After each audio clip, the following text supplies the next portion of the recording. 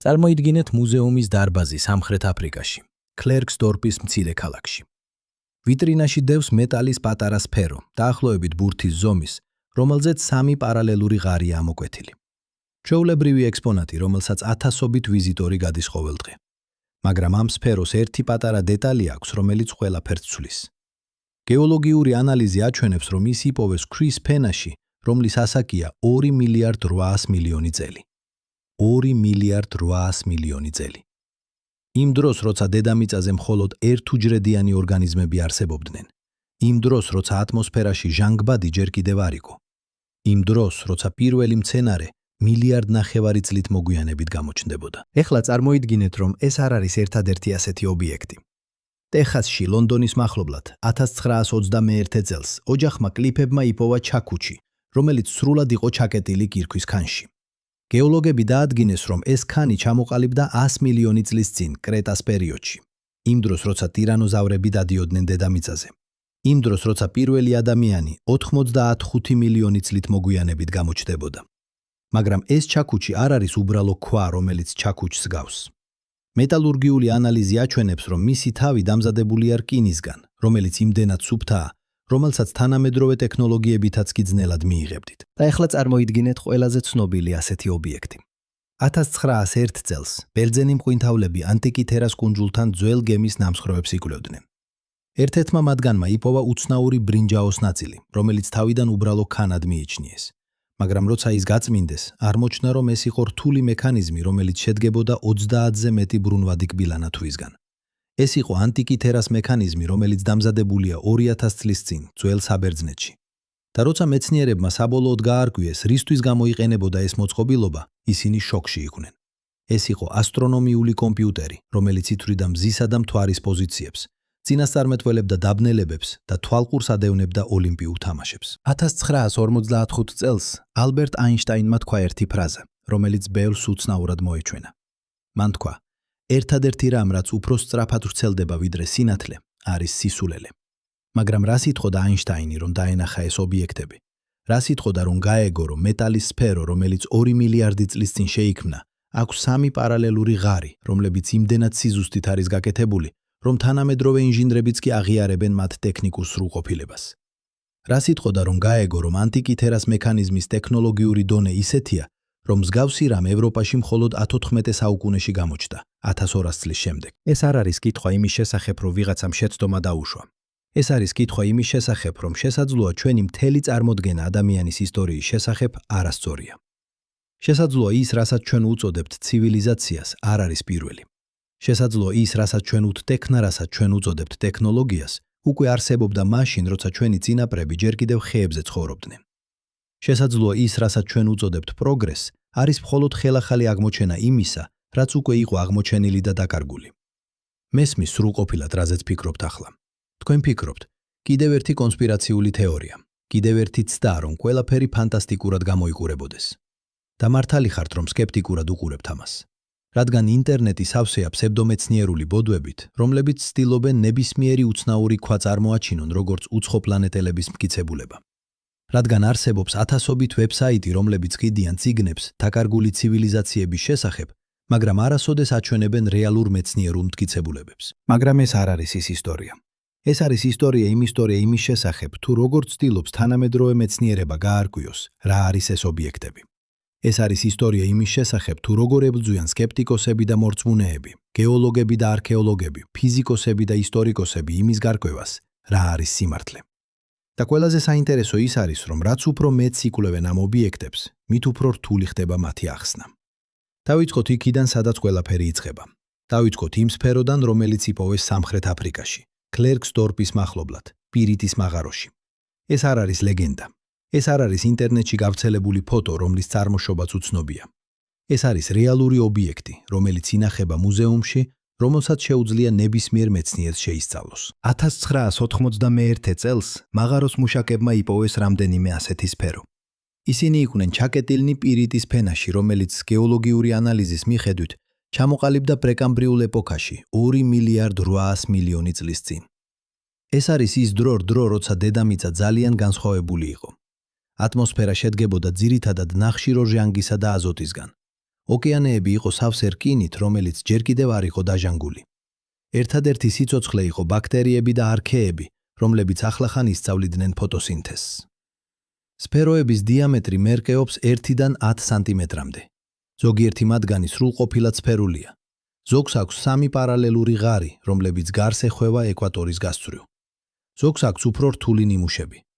მეტალურგიული ანალიზი აჩვენებს, რომ ისინი შედგებიან რკინისა და ნიკელის შენადნობისგან, ზოგიერთ შემთხვევაში პირიტის ჩართვებით. მათი სიმკვრივე და სტრუქტურა ისეთია, რომ ზოგიერთი მეცნიერი ამტკიცებს, რომ ისინი ვერ შეიქმნებოდნენ ბუნებრივი გეოლოგიური პროცესებით. პროფესორმა ანდრიეს ბისშოფმა, გეოლოგიის სპეციალისტმა პრეტორიის უნივერსიტეტიდან შეისწავლა ეს სფეროები 1992 წელს. მისი დასკვნა იყო გაოცებული. მან თქვა, ეს ობიექტები აჩვენებენ ისეთ სიზუსტეს და სიმეტრიას, რომელიც ძნელად ახსნადია ბუნებრივი პროცესებით. მან გააკეთა რენტგენოგრაფია, რომელმაც აჩვენა, რომ სფეროების შიგნით არის კონცენტრული სტრუქტურები, თითქოს ისინი ფენა-ფენად შეიქმნენ. მან გაზომა მათი სიმკვრივე და აღმოჩნდა, რომ ის ერთგვაროვანია მთელ მოცულობაში, რაც უჩვეულოა ბუნებრივი მინერალებისთვის. მაგრამ ყველაზე საინტერესო იყო ის, რაც მოხდა, როცა სფეროებს სცადეს დაზიანება. ერთ-ერთი მათგანი, რომელიც ინახებოდა კლერკსდორპის მუზეუმში, დაეცა და გათხდა. შიგნით აღმოჩნდა უცნაური სტრუქტურა, თითქოს რამდენიმე ფენა, რომლებიც ერთმანეთში იყო ჩადგმული. ზოგიერთი მეცნიერი ამტკიცებს, რომ ეს არის მტკიცებულება იმისა, რომ სფეროები შეიქმნა ბუნებრივად, კონკრეციის პროცესით, როცა მინერალები თანდათან იგროვებიან ცენტრალური ბირთვის გარშემო. სხვები კი ამტკიცებენ, რომ ასეთი სიმეტრია და სიზუსტე შეუძლებელია ბუნებრივი პროცესებისთვის. დოქტორმა პოლ ჰაინრიხმა, გეოლოგმა კალიფორნიის უნივერსიტეტიდან, გამოაქვეყნა სტატია 1999 წელს, სადაც დეტალურად ახსნა თუ როგორ შეიძლება ასეთი სფეროების ბუნებრივი ფორმირება. მან აღწერა პროცესი, რომელსაც უწოდებენ კონკრეციას. ეს არის პროცესი, როცა მინერალები, რომლებიც გახსნილია წყალში, თანდათან იწყებენ კრისტალიზაციას რაღაც ცენტრალური ბირთვის გარშემო. ეს შეიძლება იყოს პატარა ქვა, ნამსხვრევი ჭურვი, ან თუნდაც ბაქტერიების კოლონია. დროთა განმავლობაში მინერალები ფენა-ფენად იგროვებიან, ქმნიან სფერულ ან ოვალურ ფორმებს.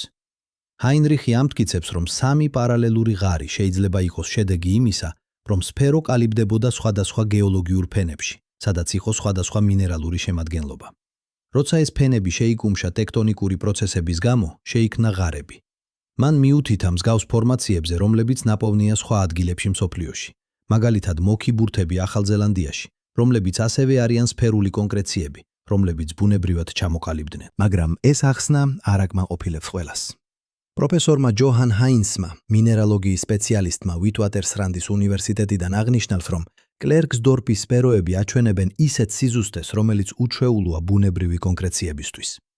მან გაზომა ღარების სიღრმე და სიგანე და აღმოჩნდა, რომ ისინი თითქმის იდენტურია მთელ სფეროზე, სიზუსტით, რომელიც ჩვეულებრივ ასოცირდება მანქანური დამუშავებით.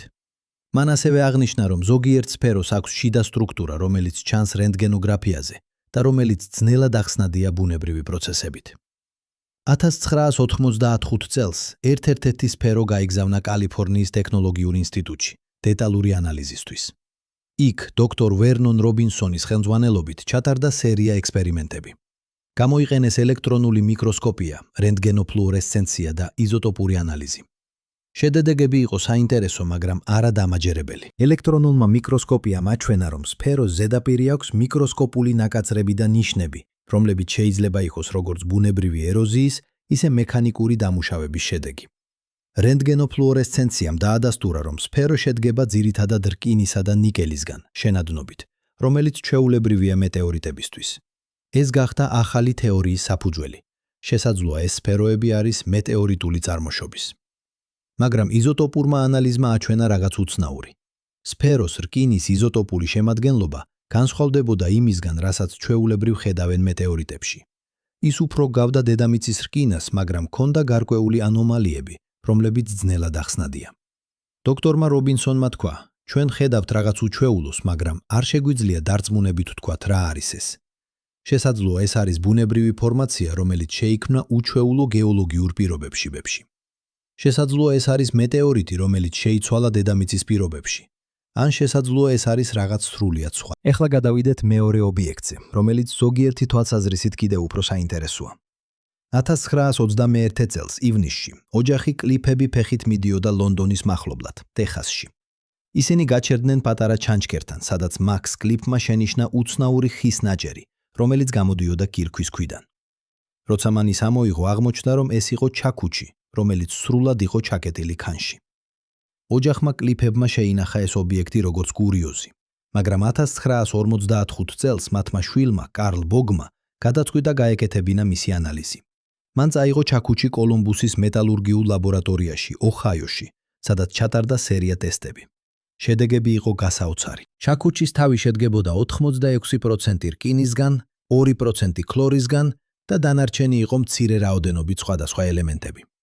მაგრამ ყველაზე საინტერესო იყო ის, რომ რკინა იყო იმდენად სუფთა, რომ თითქმის არ შეიცავდა გოგირდს და ფოსფორს, რომლებიც ჩვეულებრივ არიან თანამედროვე რკინაში. ეს იყო ისეთი სისუფთავის დონე, რომელსაც თანამედროვე მეტალურგია მხოლოდ ბოლო 10 წლეულებში აღწევს. დოქტორმა ჰანს იოახიმ ცილმერმა, მეტალურგიის სპეციალისტმა ბერლინის ტექნიკური უნივერსიტეტიდან შეისწავლა ამ ანალიზის შედეგები 1959 წელს. მან თქვა, ეს რკინის სისუფთავე არის გასაოცარი. თანამედროვე მეტალურგია იყენებს ელექტროლიზს და ვაკუუმურ დნობას ასეთი სისუფთავის მისაღწევად. როგორ შეიძლებოდა ასეთი რამის მიღება 100 მილიონი წლის წინ, როცა ადამიანები არც კი არსებობდნენ. მაგრამ ყველაზე მნიშვნელოვანი კითხვა იყო, რამდენად ძველია ის ქანი, რომელშიც ჩაქუჩი იყო ჩაკეტილი. გეოლოგმა ჯონ მაკკინზიმ ტეხასის უნივერსიტეტიდან შეისწავლა ქანის ნიმუშები 1952 წელს. მან დაადგინა, რომ ეს იყო კირქვა, რომელიც ჩამოყალიბდა კრეტას პერიოდში, დაახლოებით 100 მილიონი წლის წინ. ეს იყო ის დრო, როცა ტეხასი იყო ზღვის ფსკერი და კირქვა ყალიბდებოდა მარჯნის რიფებისა და ზღვის ორგანიზმების ნამსხვრევებისგან. მაკინზიმ ასევე აღნიშნა, რომ ქანი გარს ეხვია ჩაქუჩს ისე, რომ არ იყო ნაპრალები ან ნიშნები იმისა, რომ ჩაქუჩი მოგვიანებით ჩასმული იყო. ეს ნიშნავდა, რომ ან ჩაქუჩი რეალურად იყო ქანში მაშინ, როცა ის ყალიბდებოდა, ან ქანი ჩამოყალიბდა ჩაქუჩის გარშემო ბევრად უფრო გვიან, ვიდრე ფიქრობდნენ. სკეპტიკოსები ამტკიცებენ მეორე ვარიანტს. ისინი ამბობენ, რომ კირქვა შეიძლება ჩამოყალიბდეს ძალიან სწრაფად, თუ პირობები შესაფერისია. თუ ჩაქუჩი დაკარგა 19 ან მე-20 საუკუნეში და მოხვდა ადგილას, სადაც იყო მაღალი კონცენტრაციით კალციუმის კარბონატი წყალში, მაშინ რამდენიმე ათეული წლის განმავლობაში შეიძლებოდა ქანის ფესფენის ფორმირება მის გარშემო. ეს ახსნიდა, თუ როგორ შეიძლება თანამედროვე ჩაქუჩი აღმოჩნდეს ძველ ქანში. მაგრამ ეს ახსნა არ პასუხობს კითხვას რკინის სისუფთავის შესახებ. დოქტორმა ცილმერმა ჩაატარა დამატებითი კვლევები 1959 წელს. მან შეადარა ჩაქუჩის რკინას სხვადასხვა ეპოქის რკინას, ძველი რომის რკინას, შუა საუკუნეების რკინას, მე-19 საუკუნის რკინას და თანამედროვე რკინას. შედეგები აჩვენა, რომ ჩაქუჩის რკინა არ ემთხვევა არც ერთ ამ კატეგორიას. ძველი რკინა, რომელიც მზადდებოდა ბუნებრივი დნობის მეთოდით, შეიცავს ბევრ მინარევებს: გოგირდს, ფოსფორს, სილიციუმს. შუა საუკუნეების რკინა, რომელიც მზადდებოდა უფრო განვითარებული მეთოდებით, მაინც შეიცავს მნიშვნელოვან რაოდენობით მინარევებს. მე-19 საუკუნის რკინა, რომელიც მზადდებოდა ბესემერის პროცესით, უკვე უფრო სუფთაა, მაგრამ მაინც შეიცავს გოგირდსა და ფოსფორს. ხოლო თანამედროვე რკინა, რომელიც მზადდება ელექტროლიზით ან ვაკუუმურ დნობით, აღწევს ისეთ სისუფთავეს, როგორიც არის ჩაქუჩში. ცილმერმა ასევე აღნიშნა, რომ ჩაქუჩის რკინა შეიცავს 2% ქლორს, რაც უჩვეულოა. ქლორი ჩვეულებრივ არ გამოიყენება რკინის წარმოებაში, რადგან ის იწვევს კოროზიას. მაგრამ ამ ჩაქუჩში ქლორი თითქოს არის თანაბრად განაწილებული მთელ მოცულობაში და ჩაქუჩი არ აჩვენებს კოროზიის ნიშნებს, მიუხედავად იმისა, რომ ის 10 წლეულების განმავლობაში იყო ექსპონირებული ჰაერზე. ზოგიერთი მეცნიერი გვთავაზობს ალტერნატიულ ახსნას. შესაძლოა ჩაქუჩი დამზადებულია მე-19 საუკუნის ბოლოს ან მე-20 საუკუნის დასაწყისში, ადგილობრივი მჭედლის მიერ, რომელმაც გამოიყენა უჩვეულოდ სუფთა რკინის წყარო. შესაძლოა ეს იყო მეტეორიტული რკინა, რომელიც ბუნებრივად არის ძალიან სუფთა. შესაძლოა ეს იყო რკინა, რომელიც მოვიდა რაიმე სპეციალური წყაროდან, რომელიც ახლა უკვე დაკარგულია. მაგრამ ეს თეორია ასევე აწყდება პრობლემებს. მეტეორიტული რკინა მართალია შეიცავს ბევრ ნიკელს და არის სუფთა, მაგრამ ის არ შეიცავს ქლორს. ადგილობრივი მჭედლები მე-19 საუკუნეში არ ფლობდნენ ტექნოლოგიას, რომ მიეღოთ ასეთი სისუფთავის რკინა. და თუ ჩაქუჩი რეალურად არის მე-19 საუკუნის, მაშინ რატომ არის ის ჩაკეტილი ქანში, რომელიც გეოლოგიურად ჩანს ძველად? პროფესორმა დეივიდ ლაინსმა, არქეოლოგმა ჰარვარდის უნივერსიტეტიდან, შესთავაზა კიდევ ერთი ახსნა 1959 წელს. მან თქვა, ჩვენ ვიცით, რომ კირქვა შეიძლება ჩამოყალიბდეს ძალიან სწრაფად გარკვეულ პირობებში. თუ ჩაქუჩი დაკარგა ადგილას, სადაც იყო მაღალი კონცენტრაციით კალციუმის კარბონატი, მაშინ რამდენიმე ათეული წლის განმავლობაში შეიძლებოდა მყარი ქანის ფენის ფორმირება. ეს ახსნის თუ როგორ შეიძლება თანამედროვე ობიექტი აღმოჩნდეს ქანში, რომელიც ჩანს ძველად. ეხლა გადავიდეთ მესამე ობიექტზე, რომელიც განსხვავდება პირველი ორისგან ერთი მნიშვნელოვანი თვალსაზრისით. მისი ასაკი არ არის დაობის საგანი. ანტიკითერას მექანიზმი დამზადებულია დაახლოებით 2000 წლის წინ, ძველ საბერძნეთში. ეს არის დადასტურებული ფაქტი, რომელსაც არავინ ეჭქვეშ არ აყენებს. მაგრამ ის, რაც ამ მექანიზმს ასე საინტერესოს ხდის, არის მისი ტექნოლოგიური დონე, რომელიც იმდენად წინ უსწრებს თავის დროს, რომ ის ჩანს თითქოს მოვიდა მომავლიდან.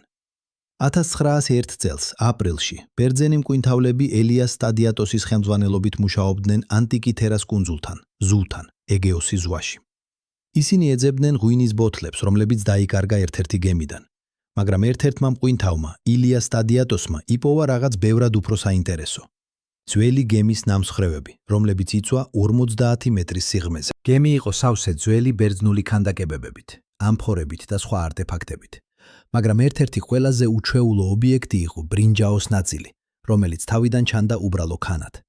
ხოლოდ მოგვიანებით, როცა ის გაწმინდეს, აღმოჩნდა, რომ ეს იყო რთული მექანიზმი, რომელიც შედგებოდა ბევრი კბილანათვლისგან. 10 წლეულების განმავლობაში მეცნიერები ცდილობდნენ გაერკვიათ, რა იყო ეს მოწყობილობა. პირველი მნიშვნელოვანი პროგრესი მოხდა 1951 წელს, როცა ბრიტანელმა ფიზიკოსმა დერეკ დე სოლა პრაისმა დაიწყო მისი სისტემატური შესწავლა.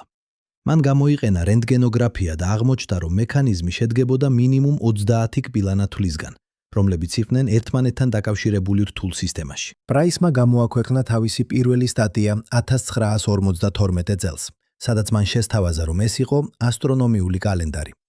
მაგრამ მხოლოდ 1959 წელს, როცა მან გააკეთა უფრო დეტალური რენტგენოგრაფია, მან გააცნობიერა, რომ ეს იყო რაღაც ბევრად უფრო რთული.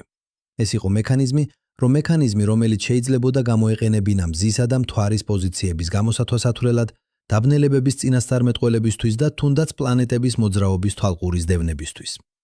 1965 წელს ბრიტანელმა ისტორიკოსმა ჩარლზ კაპლანმა გააკეთა კიდევ უფრო დეტალური ანალიზი.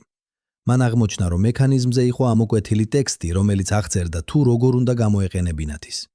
ტექსტი იყო ძველ ბერძნულ ენაზე და შეიცავდა ინსტრუქციებს იმის შესახებ, თუ როგორ უნდა დაყენებულიყო მექანიზმი კონკრეტული თარიღისთვის და როგორ უნდა წაეკითხათ შედეგები. 2006 წელს საერთაშორისო გუნდმა მეცნიერებისა, რომელსაც ხელმძღვანელობდა ტონი ფრიტი, ბრიტანელი მათემატიკოსი და მაიკლ რაიტი, ლონდონის მუზეუმის კურატორი, დაიწყო ყველაზე დეტალური კვლევა ანტიკითერას მექანიზმის. ისინი გამოიყენეს თანამედროვე კომპიუტერული ტომოგრაფია, რომელმაც საშუალება მისცა მათ დაენახათ მექანიზმის შიდა სტრუქტურა უპრეცედენტო დეტალებით. შედეგები იყო გასაოცარი. აღმოჩნდა, რომ მექანიზმი შედგებოდა მინიმუმ 27 კბილანათვლისგან, რომლებიც იყვნენ განლაგებული რამდენიმე ფენაში. ზოგიერთი კბილანათვალი იყო ძალიან პატარა, დიამეტრით მხოლოდ რამდენიმე მილიმეტრი, მაგრამ მათი კბილები იყო ამოკვეთილი იმდენი სიზუსტით, რომ თანამედროვე საათის მაკეტებელებიც კი აღიარებენ მათ ხარისხს. ფრიტმა და რაიტმა აღმოჩნეს, რომ მექანიზმი იყენებდა დიფერენციალურ გადაცემას, ტექნოლოგიას, რომელიც, როგორც ფიქრობდნენ, გამოიგონეს მხოლოდ მე-16 საუკუნეში. ეს იყო სისტემა, რომელიც საშუალებას აძლევდა ორი სხვადასხვა სიჩქარით მბრუნავი კბილანათვლის კომბინირებას, რათა მიეღოთ მესამე სიჩქარე. ეს იყო ზუსტად ის, რაც საჭირო იყო მზისა და მთვარის რთული მოძრაობის მოდელირებისთვის. 2010 წელს ფრიტის გუნდმა შექმნა სრული ფუნქციონალური რეკონსტრუქცია ანტიკითერას მექანიზმისა. ისინი გამოიყენეს თანამედროვე ზუსტი დამუშავების ტექნოლოგიები, რათა შეექმნათ ყველა კბილანა თვალი და სხვა დეტალები. როცა ისინი შეაერთეს ყველაფერი და დაიწყეს მექანიზმის ტესტირება, აღმოჩნდა, რომ ის მუშაობდა ზუსტად ისე, როგორც ელოდნენ. მექანიზმს ჰქონდა რამდენიმე ციფერბლატი. მთავარი ციფერბლატი აჩვენებდა მზისა და მთვარის პოზიციებს ზოდიაქოს 12 ნიშანში. მეორე ციფერბლატი აჩვენებდა მთვარის ფაზებს. მესამე ციფერბლატი აჩვენებდა მეტონის ციკლს, 19 წლიან პერიოდს, რომლის შემდეგაც მთვარის ფაზები მეორდება იმავე თარიღებში. მეოთხე ციფერბლატი აჩვენებდა სარუსის ციკლს, 228 წლიან პერიოდს, რომელიც გამოიყენებოდა დაბნელებების წინასწარმეტყველებისთვის. მაგრამ ყველაზე გასაოცარი იყო ის, რომ მექანიზმი ასევე აჩვენებდა 5 პლანეტის: მერკურის, ვენერის, მარსის, იუპიტერისა და სატურნის მოძრაობას. ეს იყო რაღაც, რაც მეცნიერებმა მხოლოდ 2012 წელს აღმოჩნეს, როცა მათ გაანალიზეს ტექსტის ფრაგმენტები, რომლებიც იყო ამოკვეთილი მექანიზმი. აქ ჩნდება ის, რასაც მეცნიერები უწოდებენ ანტიკითერას პარადოქსს. როგორ შეიძლებოდა ძველ ბერძნებს 2000 წლის წინ შექმნათ ასეთი რთული მექანიზმი, როცა არ არსებობს არანაირი მტკიცებულება იმისა, რომ მათ ჰქონდათ მსგავსი ტექნოლოგია. არ არსებობს არანაირი სხვა ძველი ბერძნული მექანიზმი, რომელიც ახლოსაც კი მიდგებოდა ანტითერას სირთულეს. არ არსებობს არანაირი ტექსტი, რომელიც აღწერდა თუ როგორ უნდა შექმნათ ასეთი რამ. არ არსებობს არანაირი ხელსაწყო, რომელიც გამოიყენებოდა მისი დასამზადებლად. პროფესორმა ალექსანდრე ჯონსმა, ასტრონომიის ისტორიკოსმა ნიუ-იორკის უნივერსიტეტიდან თქვა 2012 წელს. ანტიკითერას მექანიზმი არის ისეთი ობიექტი, რომელიც არ უნდა არსებობდეს. ის არის იმდენად წინ თავის დროზე, რომ ის ჩანს თითქოს მოვიდა სხვა ცივილიზაციიდან. წარმოიდგინეთ, რომ 2000 წლის შემდეგ 4026 წელს ვიღაც იპოვის თანამედროვე smartphones. ისინი იქნებიან იმავე დონის გაოცებაში, როგორც ჩვენ ვართ ახლა. მაგრამ ანტიკითერას მექანიზმი არ არის ერთადერთი მაგალითი, როცა ძველი ცივილიზაცია აჩვენებს ტექნოლოგიურ დონეს, რომელიც არ ემთხვევა ჩვენს წარმოდგენებს. დავფიქრდეთ ბაღდადის ბატარეაზე, თიხის ჭურჭელზე, რომელიც იპოვეს ერახში 1926 წელს. ეს იყო ჭურჭელი, რომელშიც იყო სპილენძის ცილინდრი და რკინის მაგჯი, ჩასმული ასფალტში. როცა მეცნიერებმა შეავსეს ის ძმრით ან ღვინით, აღმოჩნდა, რომ ის აწარმოებდა ელექტრულ დენს, დაახლოებით 1 ვოლტს.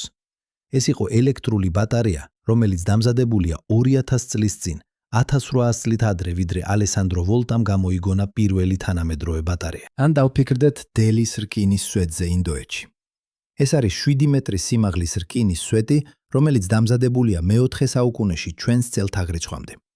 ის დგას ღია ცის ქვეშ უკვე 1600 წელზე მეტი ხნის განმავლობაში, მონსუნის წვიმებში, ტროპიკულ სითბოში, მაგრამ არ აჩვენებს თითქმის არანაირ ჟანგის ნიშანს. თანამედროვე მეტალურგები, რომლებმაც შეისწავლეს ეს სვეტი, აღიარებენ, რომ მათ არ იციან თუ როგორ მიაღწიეს ძველმა ინდოელებმა ასეთ კოროზიის წინააღმდეგობას. ან დავფიქრდეთ დამასკოს ფოლადზე, ლეგენდარულ მასალაზე, რომელიც გამოიყენებოდა შუა აღმოსავლეთში, შუა საუკუნეებში. ეს იყო ფოლადი, რომელიც იმდენად მკვეთრი იყო, რომ ლეგენდის მიხედვით შეეძლო ჰაერში მოფრენილი აბრეშუმის შარფის გადაჭრა. ეს იყო ფოლადი, რომელიც იმდენად მტკიცე იყო, რომ შეეძლო ევროპული ხმლების გატეხვა. მაგრამ 18 საუკუნეში ეს ტექნოლოგია დაიკარგა. დღეს მიუხედავად ყველა თანამედროვე მეცნიერების მიღწევისა, ჩვენ ვერ ვქნით ნამდვილ დამასკოს ფოლადს. ჩვენ შეგვიძლია მიუახლოვდეთ მას, მაგრამ ვერ გავიმეორებთ ზუსტად იმ თვისებებს, რომლებიც ჰქონდა ორიგინალს. ეს არის პატერნი, რომელიც მეორდება ისტორიაში. ტექნოლოგიები ჩნდება, აღწევენ მწვერვალს, შემდეგ კი ქრებიან. ცოდნა იკარგება, მეთოდები ივიწყება. და მერე, საუკუნეების ან 1000 წლეულების შემდეგ, ვიღაც ხელხახლა აღმოაჩენს მათ. ხშირად სრულიად განსხვავებული გზით. ეხლა წარმოიდგინეთ, რომ ეს არ არის მხოლოდ ცალკეული ტექნოლოგიების ისტორია. წარმოიდგინეთ, რომ ეს არის მთელი ცივილიზაციების ისტორია. წარმოიდგინეთ, რომ ის, რასაც ჩვენ ვუწოდებთ ადამიანის პროგრესს, არ არის წრფივი ხაზი, რომელიც მიდის ქვის ხანიდან ბრინჯაოს ხანამდე, რკინის ხანიდან ინდუსტრიულ რევოლუციამდე, ციფრულ ეპოქამდე. წარმოიდგინეთ, რომ ეს არის ციკლი, რომელიც მეორდება. ცივილიზაციები იზრდებიან, ავითარებენ ტექნოლოგიებს, აღწევენ მწვერვალს, შემდეგ კი ინგრევიან. და მათი ნანგრევებიდან ახალი ცივილიზაციები იწყებენ ყველაფერს თავიდან. ეს იდეა არ არის ახალი. ძველ ბერძნებს ჰქონდათ მითი ოქროს ხანის შესახებ, როცა ადამიანები ცხოვრობდნენ როგორც ღმერთები. ინდუისტურ ფილოსოფიაში არსებობს კონცეფცია იუგების შესახებ, 4 ეპოქა, რომლებიც მეორდება უსასრულოდ, თითოეული უფრო დეგრადირებული ვიდრე წინა. მაიას ჰქონდათ რწმენა, რომ მსოფლიო უკვე განადგურდა და ხელახლა შეიქმნა 4-ჯერ და ჩვენ ცხოვრობთ მე-5 მსოფლიოში. მაგრამ რა თქმა უნდა, მითები არ არის მტკიცებულება. მითები არის ისტორიები, რომლებიც ადამიანები ყვებიან, რათა ახსნან ის, რასაც ვერ ესმით. მაგრამ რა მოხდება თუ ზოგიერთი ამ მითების უკან არის რეალური მოვლენები? რა მოხდება თუ ის, რასაც ჩვენ უწოდებთ ლეგენდებს, დიდი წყალდიდობის შესახებ, ატლანტიდის შესახებ, დაკარგული ცივილიზაციების შესახებ, არის დამახინჯებული მეხსიერება რეალური კატასტროფებისა, რომლებმაც განადგურეს რეალური საზოგადოებები? გეოლოგიური ჩანაწერები გვიჩვენებს, რომ დედამიწამ განიცადა მრავალი გლობალური კატასტროფა. 90 მილიონი წლის წინ ასტეროიდმა, რომელიც დაეცა იუკატანის ნახევარკუნძულზე, გამოიწვია დინოზავრების გადაშენება და დედამიწაზე სიცოცხლის 3/4-ის განადგურება. 12800 წლის წინ ბოლო გამყინვარების ეპოქის დასასრულს გლობალური ტემპერატურა გაიზარდა 10 გრადუსით, მხოლოდ რამდენიმე ათეული წლის განმავლობაში, რამაც გამოიწვია მასიური წყალდიდობები, როცა გამყინვარებული ყინულები დნებოდა. 7600 წლის წინ შავი ზღვა, რომელიც მანამდე იყო მტკნარი წყლის ტბა, უეცრად შეივსო მარმარილოს ზღვის მარილიანი წყლით, როცა ბოსფორის სრუტე გაიხსნა, რამაც შესაძლოა გამოიწვია ბიბლიური წყალდიდობის ლეგენდა. თითოეული ამ კატასტროფისას, თუ არსებობდა განვითარებული ცივილიზაცია, ის შეიძლება სრულად განადგურებულიყო. და რა დარჩებოდა მათგან? რამდენიმე ქვის სტრუქტურა, რომელიც შეძლებდა 1000 წლეულების გადარჩენას. რამდენიმე მეტალის ობიექტი, რომელიც შემთხვევით შენარჩუნდებოდა უჩვეულო გეოლოგიურ პირობებში. და ლეგენდები, რომლებიც გადაეცემოდა თაობიდან თაობას, თანდათან კარგავდა დეტალებს, თანდათან იქცეოდა მითად. 2018 წელს ორმა მეცნიერმა, გავინ შმიდტმა, კლიმატოლოგმა NASA-ს გოდარდის ინსტიტუტიდან და ადამ ფრანკმა, ასტროფიზიკოსმა როჩესტერის უნივერსიტეტიდან გამოაქვეყნეს სტატია, რომელმაც გამოიწვია ფართო დისკუსია მეცნიერულ საზოგადოებაში. სტატიას ჰქონდა პროვოკაციული სახელი. სილურიული ჰიპოთეზა. ჩვენ შეგვიძლია გავიგოთ, იყო თუ არა ინდუსტრიული ცივილიზაცია მილიონობით წლის წინ. სილურიელები არიან გამომგონებელი უცხოპლანეტელი რეპტილიები, ბრიტანული სატელევიზიო სერიიდან Doctor Who, რომლებიც სერიალის მიხედვით ცხოვრობდნენ დედამიწაზე ადამიანებამდე. შმიდტმა და ფრანკმა გამოიყენეს ეს სახელი ნახევრად ხუმრობით, მაგრამ მათი კითხვა იყო სრულიად სერიოზული. თუ ინდუსტრიული ცივილიზაცია არსებობდა დედამიწაზე 100 მილიონი წლის წინ, რა მტკიცებულება დარჩებოდა მისგან დღეს? პასუხი არის შემაშფოთებელი, ძალიან ცოტა. დავფიქრდეთ იმაზე, რაც დარჩება ჩვენი ცივილიზაციიდან თუ ადამიანობა გაქრება ხვალ. ქალაქები, რომლებსაც ჩვენ ვაშენებთ, დამზადებულია ძირითადად ბეტონისა და ფოლადისგან. ბეტონი იშლება რამდენიმე ათეული წლის განმავლობაში, როცა წყალი და ყინვა ანადგურებს მას. ფოლადი იჟანგება და იშლება რამდენიმე ასეული წლის განმავლობაში. 1000 წელიწადში ჩვენი უმეტესი შენობები იქნება ნანგრევები. 10,000 წელიწადში ისინი იქნება მხოლოდ ბორცვები მიწაში. 100,000 წელიწადში გეოლოგიური პროცესები, ეროზია, ტექტონიკა, დანალექები თითქმის სრულად წაშლიან ყველა კვალს. რა დარჩება? შესაძლოა რამდენიმე ქვის სტრუქტურა, როგორიცაა პირამიდები ან დიდი კედელი ჩინეთში, რომლებიც დამზადებულია მასიური ქვის ბლოკებისგან. შესაძლოა რამდენიმე მეტალის ობიექტი, რომელიც შემთხვევით აღმოჩნდა ანაერობულ პირობებში, სადაც ჟანგვა შენელებულია. შესაძლოა რამდენიმე პლასტმასის ნაწილაკი, რომელიც გადარჩა ოკეანის ფსკერზე. მაგრამ ყველაზე მეტი რაც დარჩება იქნება არა ობიექტები, არამედ გეოლოგიური ანომალიები. შმიდტი და ფრანკი ამტკიცებენ, რომ ინდუსტრიული ცივილიზაცია დატოვებს სპეციფიკურ ნიშნებს გეოლოგიურ ჩანაწერში. პირველი არის ნახშირბადის იზოტოპების ანომალია. როცა ჩვენ წვავთ ნამარხ საწვავს, ნავთობს, ქვანახშირს, გაზს, ჩვენ ვათავისუფლებთ ნახშირბადს, რომელიც იყო დაკრძალული მილიონობით წლის განმავლობაში. ეს ნახშირბადი აქვს სპეციფიკური იზოტოპური ხელმოწერა. ის შეიცავს ნაკლებ ნახშირბად ცამეტს, ვიდრე ატმოსფერული ნახშირბადი. თუ ვიღაცა გეოლოგი 100 მილიონი წლის შემდეგ შეისწავლის დანალექების ფენას ჩვენი ეპოქიდან, ისინი დაინახავენ უეცარ ზრდას ნახშირბად 12-ის კონცენტრაციაში. ნიშანს იმისა, რომ ვიღაც მასიურად წვავდა ნამარხ საწვავს. მეორე არის პლასტიკის ნაწილაკები. პლასტიკი არის მასალა, რომელიც არ არსებობს ბუნებაში. ის არის სრულიად ხელოვნური, შექმნილი ქიმიური პროცესებით. პლასტიკის ნაწილაკები, რომლებსაც ჩვენ ვაფრქვევთ ოკეანეებში, ნელა ინგრევა მიკროპლასტიკად, რომელიც ჩაერევა დანალექებში. 100 მილიონი წლის შემდეგ ეს მიკროპლასტიკი იქნება თხელი ფენა დანალექებში.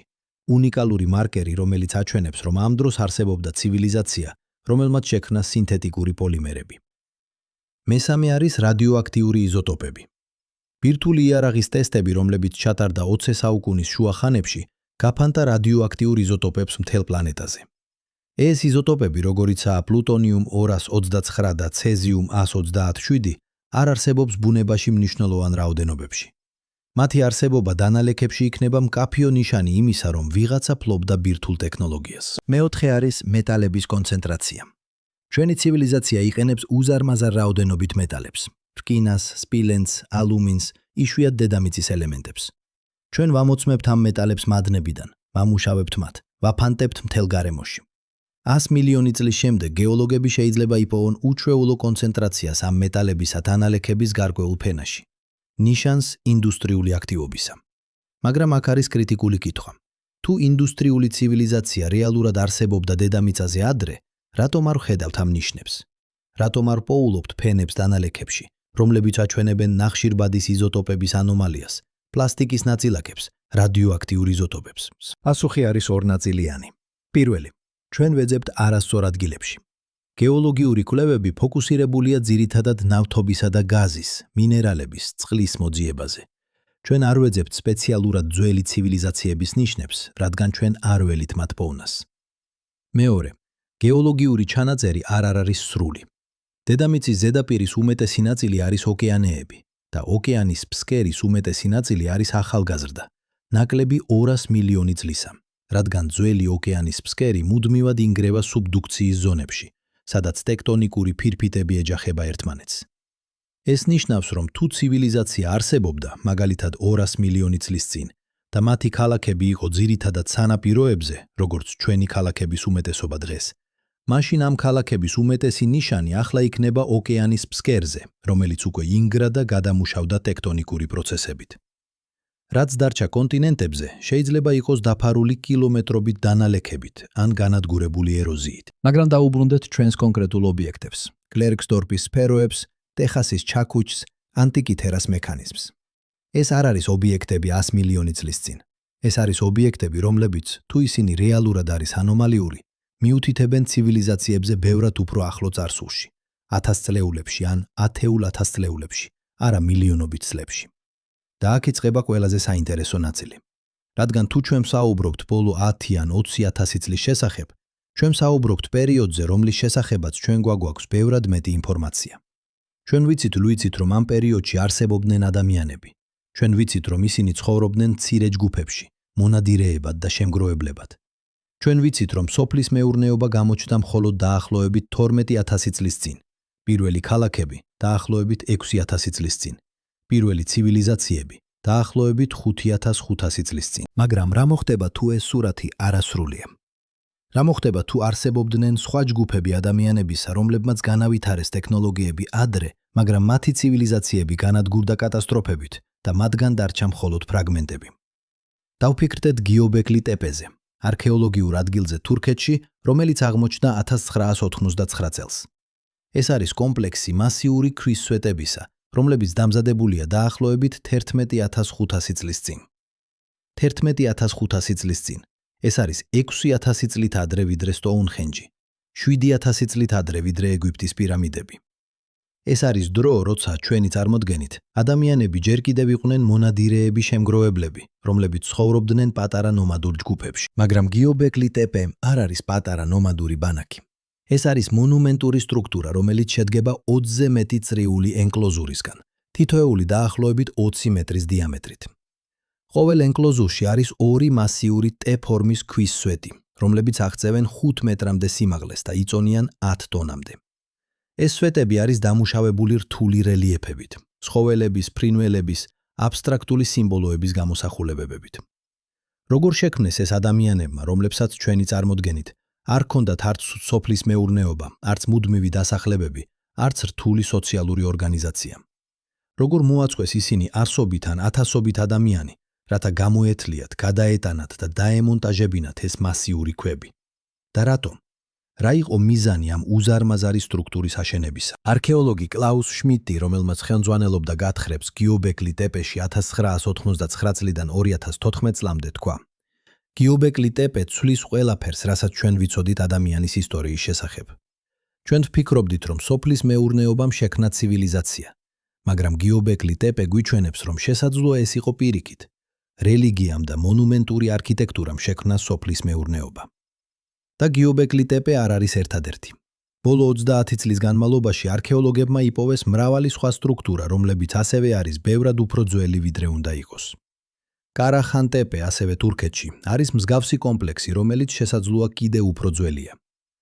ნევალი ჩორი, სირიაში, არის სტრუქტურა, რომელიც აჩვენებს ნიშნებს დაგეგმილი ურბანული განვითარებისა 10,000 წლის წინ. ან დავფიქრდეთ ბალბეგზე, ლიბანში.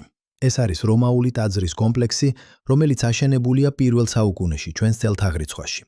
მაგრამ ტაძრის საძირკველი შედგება მასიური ქვის ბლოკებისგან, რომლებიც იწონიან 800 ტონამდე. ეს არის ყველაზე მძიმე ქვის ბლოკები, რომლებიც ოდესმე გამოყენებულა კონსტრუქციაში, ადამიანის ისტორიაში. როგორ გადაიტანეს რომაელებმა ეს ბლოკები? როგორ აციეს ისინი? და რატომ? რატომ გამოიყენეს ისინი ასეთი უზარმაზარი ქვები, როცა შეეძლოთ გამოეყენებინათ ბევრად უფრო პატარა და მართვადი ბლოკები. ზოგიერთი მკვლევარი ამტკიცებს, რომ ეს ბლოკები არ არის ომაული.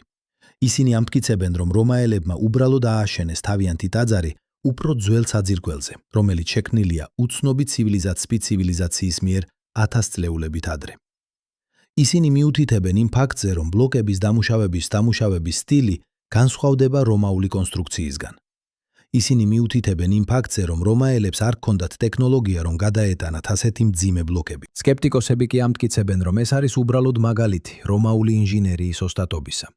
ისინი მიუთითებენ იმ ფაქტზე, რომ რომაელებმა ააშენეს მრავალი სხვა იმპრესიული სტრუქტურა, როგორიცაა კოლიზეუმი, პანთეონი, აკვედუკები.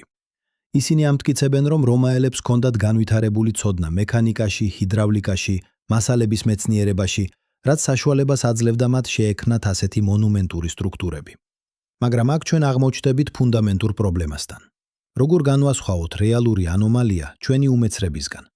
როგორ განვასხვაოთ ნამდვილი მტკიცებულება დაკარგული ცივილიზაციისა იმ ფაქტისგან, რომ ჩვენ უბრალოდ არ ვიცით თუ როგორ გააკეთეს ძველებმა რაღაც. ისტორია სავსეა მაგალითებით, როცა რაღაც რაც ჩანდა შეუძლებლად, მოგვიანებით აღმოჩნდა სრულიად ახსნადი. მაგალითად, ბევრი წლის განმავლობაში ადამიანები ფიქრობდნენ, რომ ეგვიპტის პირამიდები აშენებულია უცხო პლანეტელების მიერ, რადგან ჩანდა შეუძლებელი, რომ ძველმა ეგვიპტელებს შეეძლოთ ასეთი მონუმენტური სტრუქტურების შექმნა. მაგრამ არქეოლოგიურმა კვლევებმა აჩვენა, რომ პირამიდები აშენდა ათასობით მუშის მიერ, რომლებიც იყენებდნენ მარტივ ხელსაწყოებს, სპილენძის ბურღებს, ქვის ჩაქუჩებს, ხის ბორბლებს.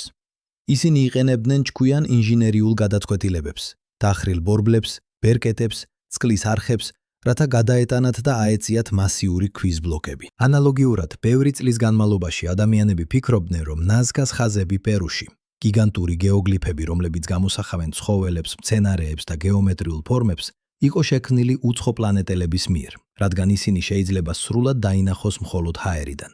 მაგრამ ექსპერიმენტებმა აჩვენა, რომ ეს ხაზები შეიძლება შეიქმნას მარტივი ხელსაწყოებით, თოკებით, ჭდეებით და ბევრი დროით. და მიზეზი, რის გამოც ისინი შენარჩუნდნენ 1000 წლეულების განმავლობაში, არის ნაზკას უდაბნოს უნაბნო უნიკალური კლიმატი, სადაც თითქმის არ არის წვიმა და ქარი. ასე რომ, როცა ჩვენ ხედავთ რაღაც უჩვეულოს, კლერკსდორპის სფეროებს, ტეხასის ჩაქუჩს, ანტიკითერას მექანიზმს, ჩვენ უნდა ვიკითხოთ, ეს არის რეალური ანომალია, რომელიც მოითხოვს რევოლუციურ ახსნას, თუ ეს არის უბრალოდ რაღაც, რასაც ჩვენ ჯერ არ გვესმის, მაგრამ რომელიც შეიძლება აიხსნას არსებული მეცნიერებით. და აქ მოდის მეცნიერული მეთოდის მნიშვნელობა. მეცნიერება არ არის დოგმა, მეცნიერება არ არის რწმენა. მეცნიერება არის პროცესი. პროცესი კითხვების დასმისა, ჰიპოთეზების ფორმულირებისა, ექსპერიმენტების ჩატარებისა, მტკიცებულებების შეგროვებისა და დასკვნების გამოტანისა. და ყველაზე მნიშვნელოვანი, მეცნიერება არის პროცესი, რომელიც ყოველთვის ღიაა ახალი მტკიცებულებებისთვის, ახალი იდეებისთვის, ახალი ახსნებისთვის. როცა ჩვენ ვეხებით ობიექტს, როგორიცაა კლერკსდორპის სფერო, ჩვენ არ უნდა დავიწყოთ დასკვნით. ჩვენ არ უნდა ვთქვათ, ეს არის უცხო პლანეტელების მტკიცებულება, ან ეს არის დაკარგული ცივილიზაციის მტკიცებულება. ჩვენ ასევე არ უნდა ვთქვათ, ეს არის ბუნებრივი ფორმაცია და არაფერი საინტერესო. ჩვენ უნდა დავიწყოთ კითხვებით. რა არის ეს ობიექტი? როგორ შეიქმნა? რა არის მისი შემადგენლობა? რა არის მისი ასაკი? რა არის გეოლოგიური კონტექსტი? შემდეგ ჩვენ უნდა შევაგროვოთ მტკიცებულებები. ჩვენ უნდა გავაკეთოთ ქიმიური ანალიზი, რათა დავადგინოთ ზუსტი შემადგენლობა. ჩვენ უნდა გავაკეთოთ იზოტოპური ანალიზი, რათა დავადგინოთ ასაკი. ჩვენ უნდა გავაკეთოთ მიკროსკოპული ანალიზი, რათა დავინახოთ სტრუქტურა. ჩვენ უნდა შევისწავლოთ გეოლოგიური კონტექსტი, რათა გავიგოთ როგორ მოხდა ობიექტი იქ, სადაც იპოვეს. და მხოლოდ მაშინ, როცა ჩვენ გვაქვს ყველა ეს მტკიცებულება, ჩვენ შეგვიძლია დავითხოთ ჰიპოთეზების ფორმულირება.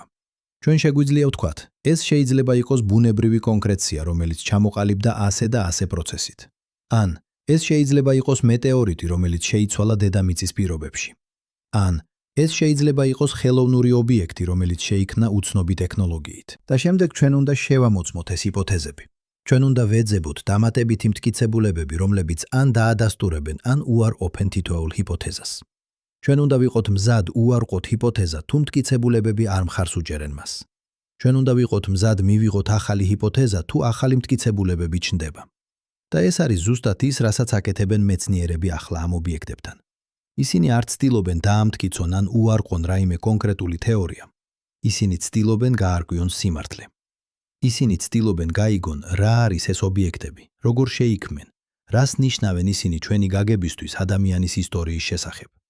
და როგორც ჩვენ ნახავთ შემდეგ ნაწილში, ეს პროცესი გვიყვანს გასაოცარ აღმოჩენებამდე. აღმოჩენებამდე, რომლებიც შეცვლიან ჩვენს გაგებას იმის შესახებ, თუ ვინ ვართ ჩვენ, საიდან მოვედით და რა შეიძლება იყოს ჩვენი მომავალი. ეხლა წარმოიდგინეთ, რომ ჩვენ ვდგავართ კრიტიკულ წერტილში. ჩვენ გავიარეთ გზა კონკრეტული ობიექტებიდან, სფეროებიდან, ჩაქუჩებიდან, მექანიზმებიდან, გლობალურ კითხვებამდე, ცივილიზაციების ციკლების შესახებ. მაგრამ ეხლა დროა დაუბრუნდეთ მეცნიერებას. დროა დაუბრუნდეთ ლაბორატორიებს, ექსპერიმენტებს, კონკრეტულ მტკიცებულებებს. რადგან ზუსტად აქ, ზუსტად ამ დეტალებში იმალება პასუხები. 2020 წელს საერთაშორისო გუნდმა მეცნიერებისა, რომელსაც ხელმძღვანელობდა დოქტორი ჰელენ ფრაიერი, გეოქიმიკოსი ოქსფორდის უნივერსიტეტიდან, დაიწყო ყველაზე ამბიციური პროექტი კლერკსდორპის სფეროების შესწავლისთვის. ისინი არ შემოიფარდნენ ერთი ან ორი სფეროს ანალიზით. ისინი შეაგროვეს 30-ზე მეტი სფერო სხვადასხვა მაღაროდან სამხრეთ აფრიკაში. ისინი გამოიყენეს ყველა ხელმისაწვდომი თანამედროვე ტექნოლოგია, მას სპექტრომეტრია, რენტგენოფლუორესცენცია, ნეიტრონული აქტივაცია, ელექტრონული მიკროსკოპია, კომპიუტერული ტომოგრაფია. შედეგები იყო გასაოცარი და ამავე დროს დამაბნეველი. სფეროების უმეტესობა, დაახლოებით 70-70% აღმოჩნდა ბუნებრივი კონკრეციები. ისინი შედგებოდნენ პირიტისგან, რკინის სულფიდისგან, რომელიც ბუნებრივად ყალიბდება სფერულ ფორმებში გარკვეულ გეოლოგიურ პირობებში. მათი სამი პარალელური ღარი აიხსნებოდა იმით, რომ სფეროები ყალიბდებოდნენ სხვადასხვა მინერალური შემადგენლობის ფენებში, რომლებიც შემდეგ შეიკუმშა ტექტონიკური პროცესების გამო. მაგრამ დარჩა 30%, 9 სფერო, რომლებიც არ ემთხვეოდა ამ ახსნას. ეს სფეროები აჩვენებდნენ უჩვეულო თვისებებს. მათი შემადგენლობა იყო განსხვავებული, უფრო მაღალი კონცენტრაცია ნიკელისა, უფრო დაბალი კონცენტრაცია გოგივდისა. მათი სტრუქტურა იყო უფრო ერთგვაროვანი, არ იყო კონცენტრული ფენები, რომლებიც ჩვეულებრივია კონკრეციებისთვის. მათი ზედაპირი აჩვენებდა მიკროსკოპულ ნიშნებს, რომლებიც შეიძლება იყოს მექანიკური დამუშავების შედეგი. დოქტორმა ფრაიერმა გააკეთა რაღაც, რაც არავის გაუკეთებია ადრე. მან გაანადგურა ერთ-ერთი ამ ანომალური სფეროებიდან. პატარა, დაახლოებით 3 სანტიმეტრის დიამეტრის სფერო, რათა შეესწავლა მისი შიდა სტრუქტურა. როცა მან გახსნა ის, აღმოჩნდა რაღაც სრულიად მოულოდნელი. სფეროს შიგნით იყო პატარა ღრუ სივრცე, დაახლოებით 1 მილიმეტრის დიამეტრით. და ამ ღრუ სივრცეში იყო პატარა კრისტალები. კრისტალები, რომლებიც არ უნდა არსებობდეს იქ. წარმოიდგინეთ ის მომენტი. ლაბორატორია ოქსფორდში, ღამის 2 საათი. დოქტორი ფრაიერი და მისი გუნდი, 6 მეცნიერი სხვადასხვა ქვეყნიდან, იჯდნენ ელექტრონული მიკროსკოპის გარშემო. ეკრანზე გადიდებული 10,000 ჯერ ჩანდა ის, რაც არავის ელოდა. კრისტალები იყო ძალიან პატარა, თითოეული დაახლოებით 100 ნანომეტრის ზომის. მაგრამ მათი სტრუქტურა იყო იდეალური. სრულყოფილი გეომეტრიული ფორმები, რომლებიც ჩვეულებრივ ლინდება მხოლოდ ლაბორატორიულ პირობებში, როცა კრისტალები იზრდებიან კონტროლირებად გარემოში. ფრაიერმა გააკეთა სპექტროსკოპიული ანალიზი. კრისტალები იყო ალმასის მსგავსი ნახშირბადის ფორმა, მაგრამ არა ზუსტად ალმასი. ისინი იყო რაღაც შუალედური, სტრუქტურა, რომელიც ჩვეულებრივ ყალიბდება მხოლოდ ექსტრემალურად მრემალურად მაღალ წნევასა და ტემპერატურაში, მაგრამ ძალიან სწრაფად. ისე რომ ნახშირბადს არ ჰქონდა დრო სულად გადასულიყო ალმასის სტრუქტურაში. ეს არის შეუძლებელი, თქვა დოქტორმა მარკუს ვებერმა, გერმანელმა მინერალოგმა, რომელიც იყო გუნდის წევრი. ასეთი კრისტალები ყალიბდება მხოლოდ მეტეორიტების დაჯახების დროს, როცა ქანი მყისიერად იზრდება 1000 გრადუსამდე და შემდეგ მყისიერად იცივდება. მაგრამ თუ ეს სფერო რეალურად იყო ჩაკეტილი პირიტის ფენაში 2 მილიარდი წლის განმავლობაში, როგორ შეიძლებოდა ასეთი კრისტალების შენარჩუნება? ისინი უნდა გადაკრისტალიზებულიყვნენ, უნდა შეცვლილიყვნენ გეოლოგიური პროცესებით. ფრაიერმა გააკეთა კიდევ ერთი ტესტი, იზოტოპური ანალიზი ნახშირბადისა. თუ კრისტალები რეალურად იყო 2 მილიარდი წლის, მათი ნახშირბადის იზოტოპური შემადგენლობა უნდა ასახავდეს ატმოსფეროს შემადგენლობას იმ დროს, მაგრამ შედეგები აჩვენა რაღაც სხვას. კრისტალების ნახშირბადი ჰქონდა იზოტოპური ხელმოწერა, რომელიც უფრო გავდა თანამედროვე ორგანულ მასალას, მცენარეებს, ცხოველებს, ბაქტერიებს. ეს არაზრი აქვს, თქვა დოქტორმა იუკო ტანაკამ, იაპონელმა გეოქიმიკოსმა. თუ ეს ნახშირბადი მოდის ორგანული წყაროდან, ეს ნიშნავს, რომ კრისტალები ჩამოყალიბდნენ მას შემდეგ, რაც სიცოცხლე გამოჩნდა დედამიწაზე. მაგრამ სფერო არის ჩაკეტილი ქანში, რომელიც ჩამოყალიბდა 2 მილიარდ 800 მილიონი წლის წინ, როცა მხოლოდ ბაქტერიები არსებობდნენ. როგორ შეიძლება ორგანული ნახშირბადი მოხვედრილი იყოს სფეროს შიგნით. გუნდმა გაატარა შემდეგი 3 თვე ამ კითხვაზე მუშაობაში. ისინი შეისწავლეს ყველა შესაძლო ახსნას. შესაძლოა სფერო არ იყო რეალურად ჩაკეტილი ძველ ქანში, არამედ მოგვიანებით ჩასმოინა პრალში. შესაძლოა ქანის დათარიღება იყო არასწორი. შესაძლოა კრისტალები ჩამოყალიბდნენ ბაქტერიული აქტივობის შედეგად, რომელიც მოხდა ბევრად მოგვიანებით, მას შემდეგ რაც სფერო უკვე იყო ქანში. მაგრამ თითოეული ამ ახსნის შემოწმებისას ისინი აღმოჩნდნენ პრობლემებთან. გეოლოგიური ანალიზი აჩვენებდა, რომ ქანი გარს ეხვია სფეროს უწყვეტად, არანაირი ნიშნის გარეშე მოგვიანებითი ჩასმისა. რადიომეტრიული დათარიღება იყო გაკეთებული რამდენიმე დამოუკიდებელი ლაბორატორიის მიერ და ყველა აძლევდა იმავე შედეგს: 2 მილიარდ 800 მილიონი წელი. ბაქტერიული აქტივობა, რომელიც შეიძლებოდა შექმნას ასეთი კრისტალები, მოითხოვდა წყალს და ორგანულ მასალას, მაგრამ სფეროს შიგნით არ იყო არანაირი კვალი, წყლის ან ორგანული მასალის, გარდა თავად კრისტალებისა. იმავე დროს, სხვა გუნდი მუშაობდა ტეხასის ჩაქუჩზე. დოქტორმა კარლ ბაუგმა, რომელიც ხელმძღვანელობდა შექმნის მტკიცებულებების მუზეუმს ტეხასში, სადაც ინახებოდა ჩაქუჩი, მოიწვია საერთაშორისო ექსპერტების გუნდი დამოუკიდებელი ანალიზისთვის. 2021 წელს ჩაქუჩი გაიგზავნა მასაჩუსეტსის ტექნოლოგიურ ინსტიტუტში, სადაც პროფესორმა დევიდ კოხენმა, მასალების მეცნიერების სპეციალისტმა ჩაატარა სერია ექსპერიმენტები. კოხენმა გამოიყენა ტექნიკა, რომელსაც უწოდებენ ატომურ ემისიურ სპექტროსკოპიას. ეს არის მეთოდი, რომელიც საშუალებას გაძლევთ განსაზღვროთ არა მხოლოდ ელემენტების კონცენტრაცია მასალაში, არამედ მათი განაწილება, სად არის უფრო მეტი, სად ნაკლები. როცა მან გაანალიზა ჩაქუჩის თავი, მან აღმოჩნდა რაღაც გასაოცარი. რკინა არ იყო ერთგვაროვნად განაწილებული.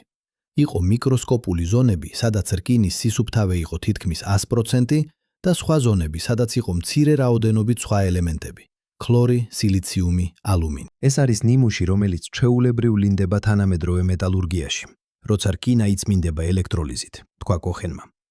მაგრამ ელექტროლიზი გამოიგონეს მხოლოდ მე-19 საუკუნეში. როგორ შეიძლებოდა ასეთი ნიმუშის არსებობა ჩაქუჩში, რომელიც თუ ის რეალურად არის ძველი, უნდა დამზადებულიყო ბევრად უფრო ადრე. კოხენმა ასევე გააკეთა კრისტალოგრაფიული ანალიზი. რკინის კრისტალური სტრუქტურა აჩვენებდა რაღაც უჩვეულოს. ჩვეულებრივ, როცა რკინა იდნობა და შემდეგ იცივდება, ის კალიბდება კრისტალებად, რომლებიც აქვთ გარკვეული ზომა და ორიენტაცია, რომელიც დამოკიდებულია იმაზე, თუ რამდენად სწრაფად იცივდება მასალა. ჩაქუჩის რკინა ჰქონდა ძალიან პატარა კრისტალები, ერთგვაროვნად განაწილებული, რაც მიუთითებდა ძალიან სწრაფ გაციებაზე.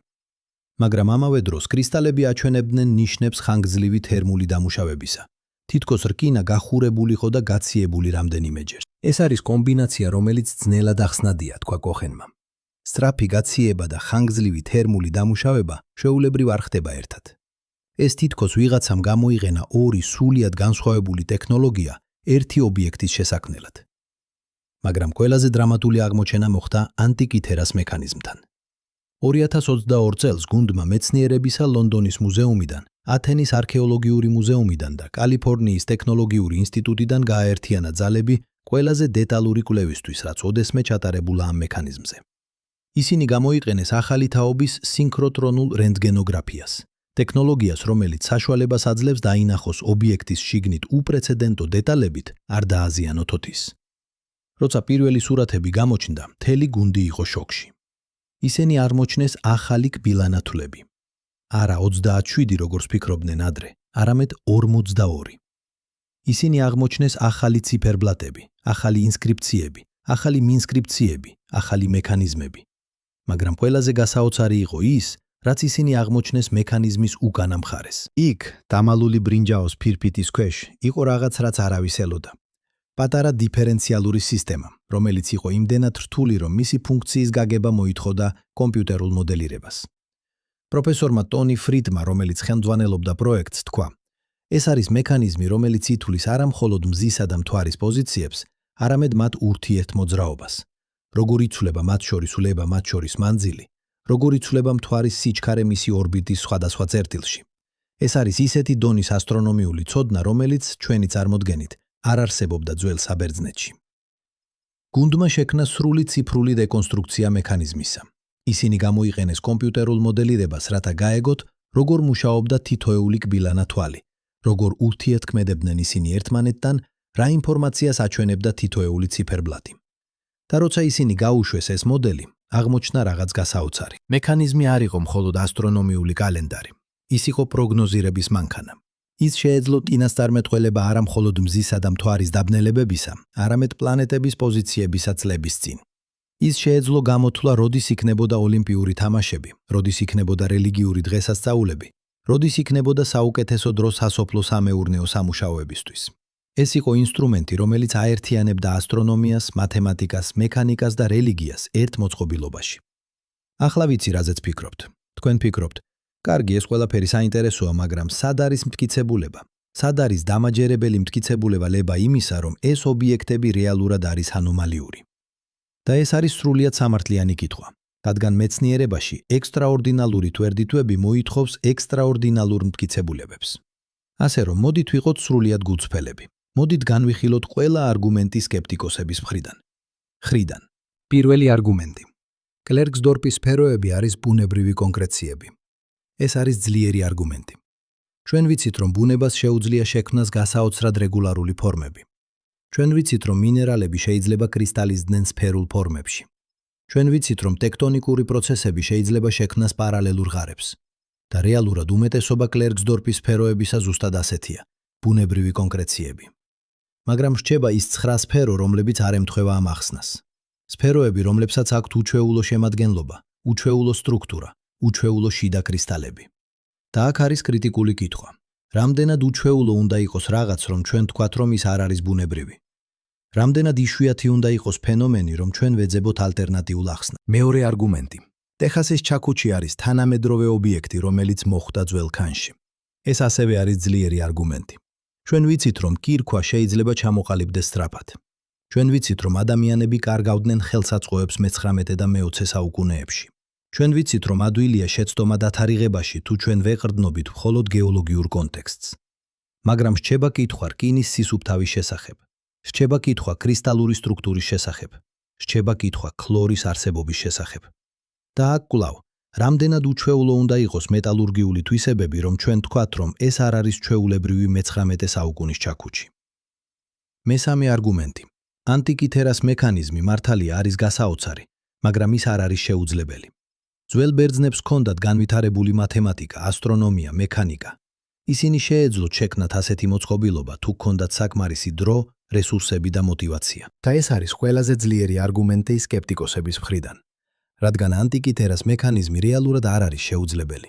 ის არის უბრალოდ ძალიან რთული. ის არის ისეთი დონის ტექნოლოგია, რომელიც ჩვენ არ ველოდით ძველ საბერძნეთში, მაგრამ რომელიც თეორიულად შესაძლებელი იყო. მაგრამ აქ არის კითხვა, რომელიც რჩება. თუ ძველ ბერძნებს შეეძლოთ შექმნათ ანტიკითერას მექანიზმი, რატომ არ შექმნეს მეტი? რატომ არ არსებობს არანაირი სხვა მსგავსი მოწყობილობა? რატომ არ არსებობს არანაირი ტექსტი, რომელიც აღწერს, თუ როგორ უნდა შექმნათ ასეთი რამ? რატომ არ არსებობს არანაირი ხელსაწყო, რომელიც გამოიყენებოდა მისი დასამზადებლად? და აქ ჩვენ მივდივართ სამ შესაძლო პასუხამდე. სამი თეორია, რომელიც ცდილობს ახსნას ეს ობიექტები. თეორია ნომერი 1. ეს ობიექტები არის ბუნებრივი ან ჩვეულებრივი და ჩვენ უბრალოდ არ გვესმის მათ სრულად. კლერკსდორპის სფეროები არის უჩვეულო, მაგრამ ბუნებრივი კონკრეციები. ტეხასის ჩაქუჩი არის მე-19 საუკუნის ობიექტი, რომელიც დამზადებულია უჩვეულოდ სუფთა რკინისგან უცნობი წყაროდან. ანტიკითერას მექანიზმი არის ბრწყინვალე, მაგრამ იზოლირებული მაგალითი ძველი ბერძნული ტექნოლოგიისა. ეს თეორია აქვს უპირატესობა იმისა, რომ ის არ მოითხოვს რევოლუციურ ცვლილებებს ჩვენს გაგებაში ისტორიის შესახებ. ის ეყრდნობა ცნობილ მეცნიერულ პრინციპებს. ის არ მოითხოვს ექსტრაორდინალურ ახსნებს, მაგრამ ამ თეორიას აქვს სისუსტე. ის არ ახსნის ყველა დეტალს. ის არ ახსნის, რატომ აქვს კლერკსდორპის სფეროებს ორგანული ნახშირბადის იზოტოპური ხელმოწერა. ის არ ახსნის, რატომ აქვს ტეხასის ჩაქუჩს ისეთი უჩვეულო კრისტალური სტრუქტურა. ის არ ახსნის, რატომ არის ანტიკითერას მექანიზმი ისეთი უნიკალური. თეორია ნომერი 2. ეს ობიექტები არის მტკიცებულება იმისა, რომ ძველი ცივილიზაციები იყვნენ ბევრად უფრო განვითარებულები, ვიდრე ჩვენ ვფიქრობთ. შესაძლოა არსებობდა ცოდნა, ტექნოლოგიები, რომლებიც დაიკარგა. შესაძლოა იყო კონტაქტები სხვადასხვა კულტურებს შორის, რომლებიც გაზიარებდნენ ინფორმაციას. შესაძლოა იყო ინდივიდუალური გენიოსები, რომლებმაც შექმნეს რაღაც, რაც წინ უსწრებდა მათ დროს. ეს თეორია აქვს უპირატესობა იმისა, რომ ის ახსნის ობიექტების უჩვეულო თვისებებს. ის ასევე შეესაბამება ზოგიერთ არქეოლოგიურ აღმოჩენას, როგორიცაა გიობეკლი ტეპე, ბალბეკი, ნაზგას ხაზები, რომლებიც ასევე აჩვენებენ მოულოდნელ დონეს ტექნოლოგიისა ან ორგანიზაციისა. მაგრამ ამ თეორიას ასევე აქვს სისუსტე. ის მოითხოვს, რომ ბევრი ცოდნა და ტექნოლოგია დაიკარგა სრულად, არანაირი კვალის გარეშე. ის მოითხოვს, რომ ძველი ადამიანები ჰქონდათ შესაძლებლობები, რომლებიც ჩვენ არ ველით მათგან. ის მოითხოვს, რომ ჩვენი მთელი გაგება ისტორიის შესახებ იყოს არასრული. თეორია ნომერი 3. ეს ობიექტები არის მტკიცებულება იმისა, რომ ტექნოლოგიური ცივილიზაციები გამოჩნდნენ დედამიწაზე მრავალჯერ და ჩვენ პოულობთ მათ ნამსხვრევებს. შესაძლოა 2 მილიარდი წლის წინ, შესაძლოა 100 მილიონი წლის წინ, შესაძლოა 10,000 წლის წინ არსებობდნენ ცივილიზაციები, რომლებმაც განავითარეს ტექნოლოგიები, აშენეს ქალაქები, შექმნეს ხელოვნება და მეცნიერება. და შემდეგ ისინი გაქრნენ კატასტროფების, კლიმატის ცვლილების, ომების ან უბრალოდ დროის გამო. ეს თეორია აქვს უპირატესობა იმისა, რომ ის ახსნის ყველაზე ექსტრემალურ ანომალიებს. ის ასევე შეესაბამება სილურიულ ჰიპოთეზას, იდეას, რომ ძველი ცივილიზაციების კვალები შეიძლება თითქმის სრულად წაიშალოს გეოლოგიური დროის მასშტაბით. მაგრამ ამ თეორიას აქვს ყველაზე დიდი სისუსტე. ის მოითხოვს ექსტრაორდინალურ მტკიცებულებებს, რომლებიც ჯერ არ არსებობს. ის მოითხოვს, რომ ჩვენ ვიპოვოთ არა მხოლოდ ცალკეული ობიექტები, არამედ მთელი ფენები გეოლოგიურ ჩანაწერში, რომლებიც აჩვენებენ ინდუსტრიული აქტივობის ნიშნებს. ის მოითხოვს, რომ ჩვენ სრულად გადავხედოთ ჩვენს გაგებას დედამიწის ისტორიის შესახებ. და აქ ჩვენ მივდივართ ყველაზე ღრმა კითხვამდე. ეს არ არის კითხვა იმის შესახებ, რომელი თეორია არის სწორი. ეს არის კითხვა იმის შესახებ, თუ როგორ ვიცით რა არის სწორი. როგორ განვასხვაოთ რეალური ანომალია ჩვენი უმეცრებისგან. როგორ განვასხვაოთ ნამდვილი მტკიცებულება ჩვენი სურვილისგან ვიპოვოთ რაღაცა ექსტრაორდინალური. მეცნიერება გვთავაზობს ერთ პასუხს. ჩვენ უნდა ვიყოთ სკეპტიკურები, მაგრამ ღიები. ჩვენ უნდა მოვითხოვოთ მტკიცებულებები, მაგრამ არ უნდა უარყოთ იდეები მხოლოდ იმიტომ, რომ ისინი უჩვეულოა.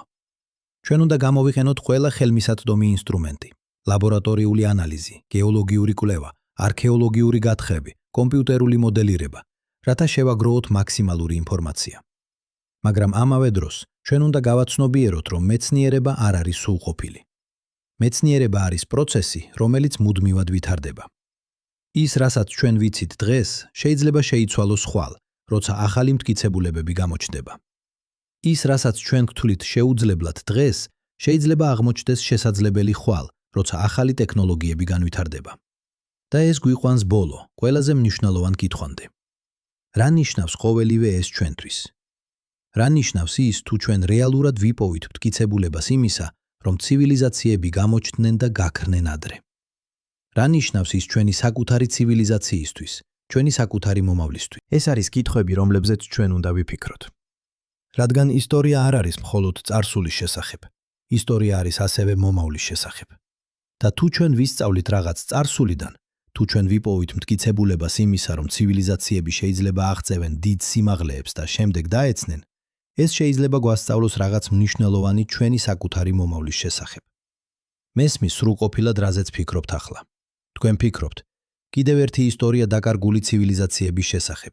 კიდევ ერთი ცდა, რომ ყველაფერი საიდუმლოდ და ფანტასტიკურად გამოიყურებოდეს.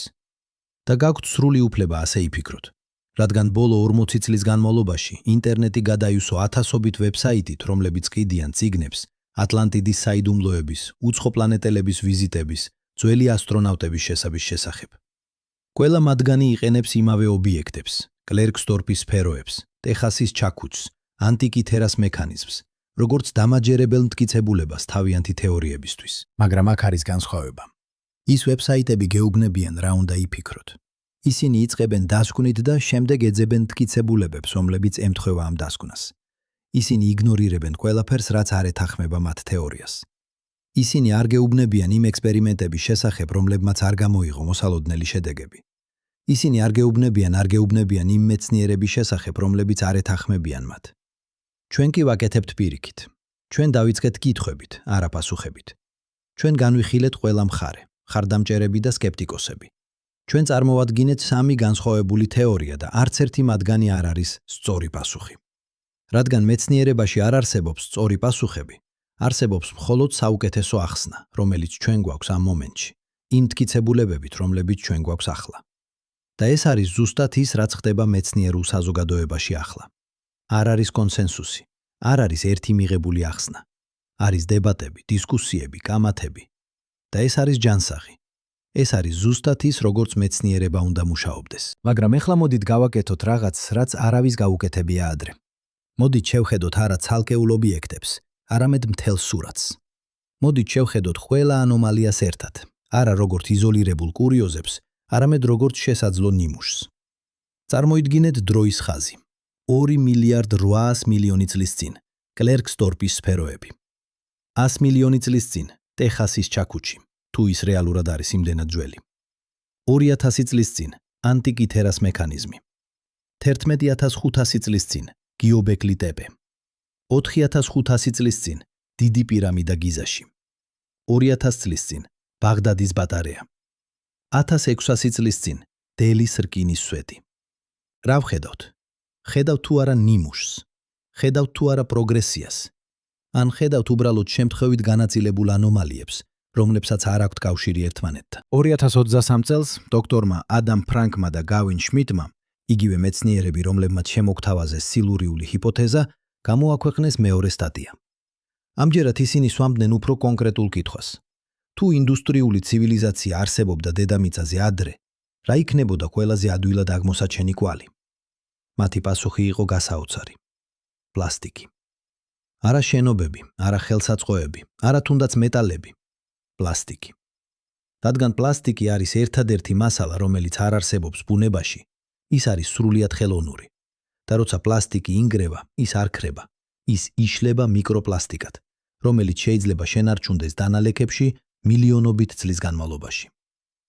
ასე რომ ფრანკმა და შმიდტმა შეისწავლეს გეოლოგიური ჩანაწერები ბოლო 100 მილიონი წლის განმავლობაში. ისინი ეძებდნენ ფენებს, რომლებშიც იქნებოდა უჩვეულოდ მაღალი კონცენტრაცია ორგანული პოლიმერებისა, ნივთიერებებისა, რომლებიც შეიძლება იყოს პლასტიკის დეგრადაციის პროდუქტები. და ისინი იპოვეს რაღაც. არა დამაჯერებელი მტკიცებულება, არა უდავო აღმოჩენა. მაგრამ რამდენიმე ფენა, რომლებშიც ორგანული პოლიმერების კონცენტრაცია იყო ოდნავ უფრო მაღალი, ვიდრე მოსალოდნელი იყო, ფენები, რომლებიც დათარიღებულია დაახლოებით 50 მილიონი წლის წინ, 30 მილიონი წლის წინ, 15 მილიონი წლის წინ. ეს შეიძლება იყოს უბრალოდ ბუნებრივი ვარიაცია, თქვა შმიდტმა. ან ეს შეიძლება იყოს რაღაც სხვა. ჩვენ არ ვიცით. მაგრამ ის, რაც ჩვენ ვიცით, არის ის, რომ თუ ინდუსტრიული ცივილიზაცია არსებობდა ამ პერიოდებში, ეს არის ზუსტად ის, რასაც ჩვენ ველოდით ვიპოვოთ. ეხლა წარმოიდგინეთ, რომ ეს ყველაფერი არის სიმართლე. წარმოიდგინეთ, რომ ტექნოლოგიური ცივილიზაციები რეალურად გამოჩნდნენ დედამიწაზე მრავალჯერ. არა 2 მილიარდი წლის წინ, ეს ალბათ ძალიან ადრეა.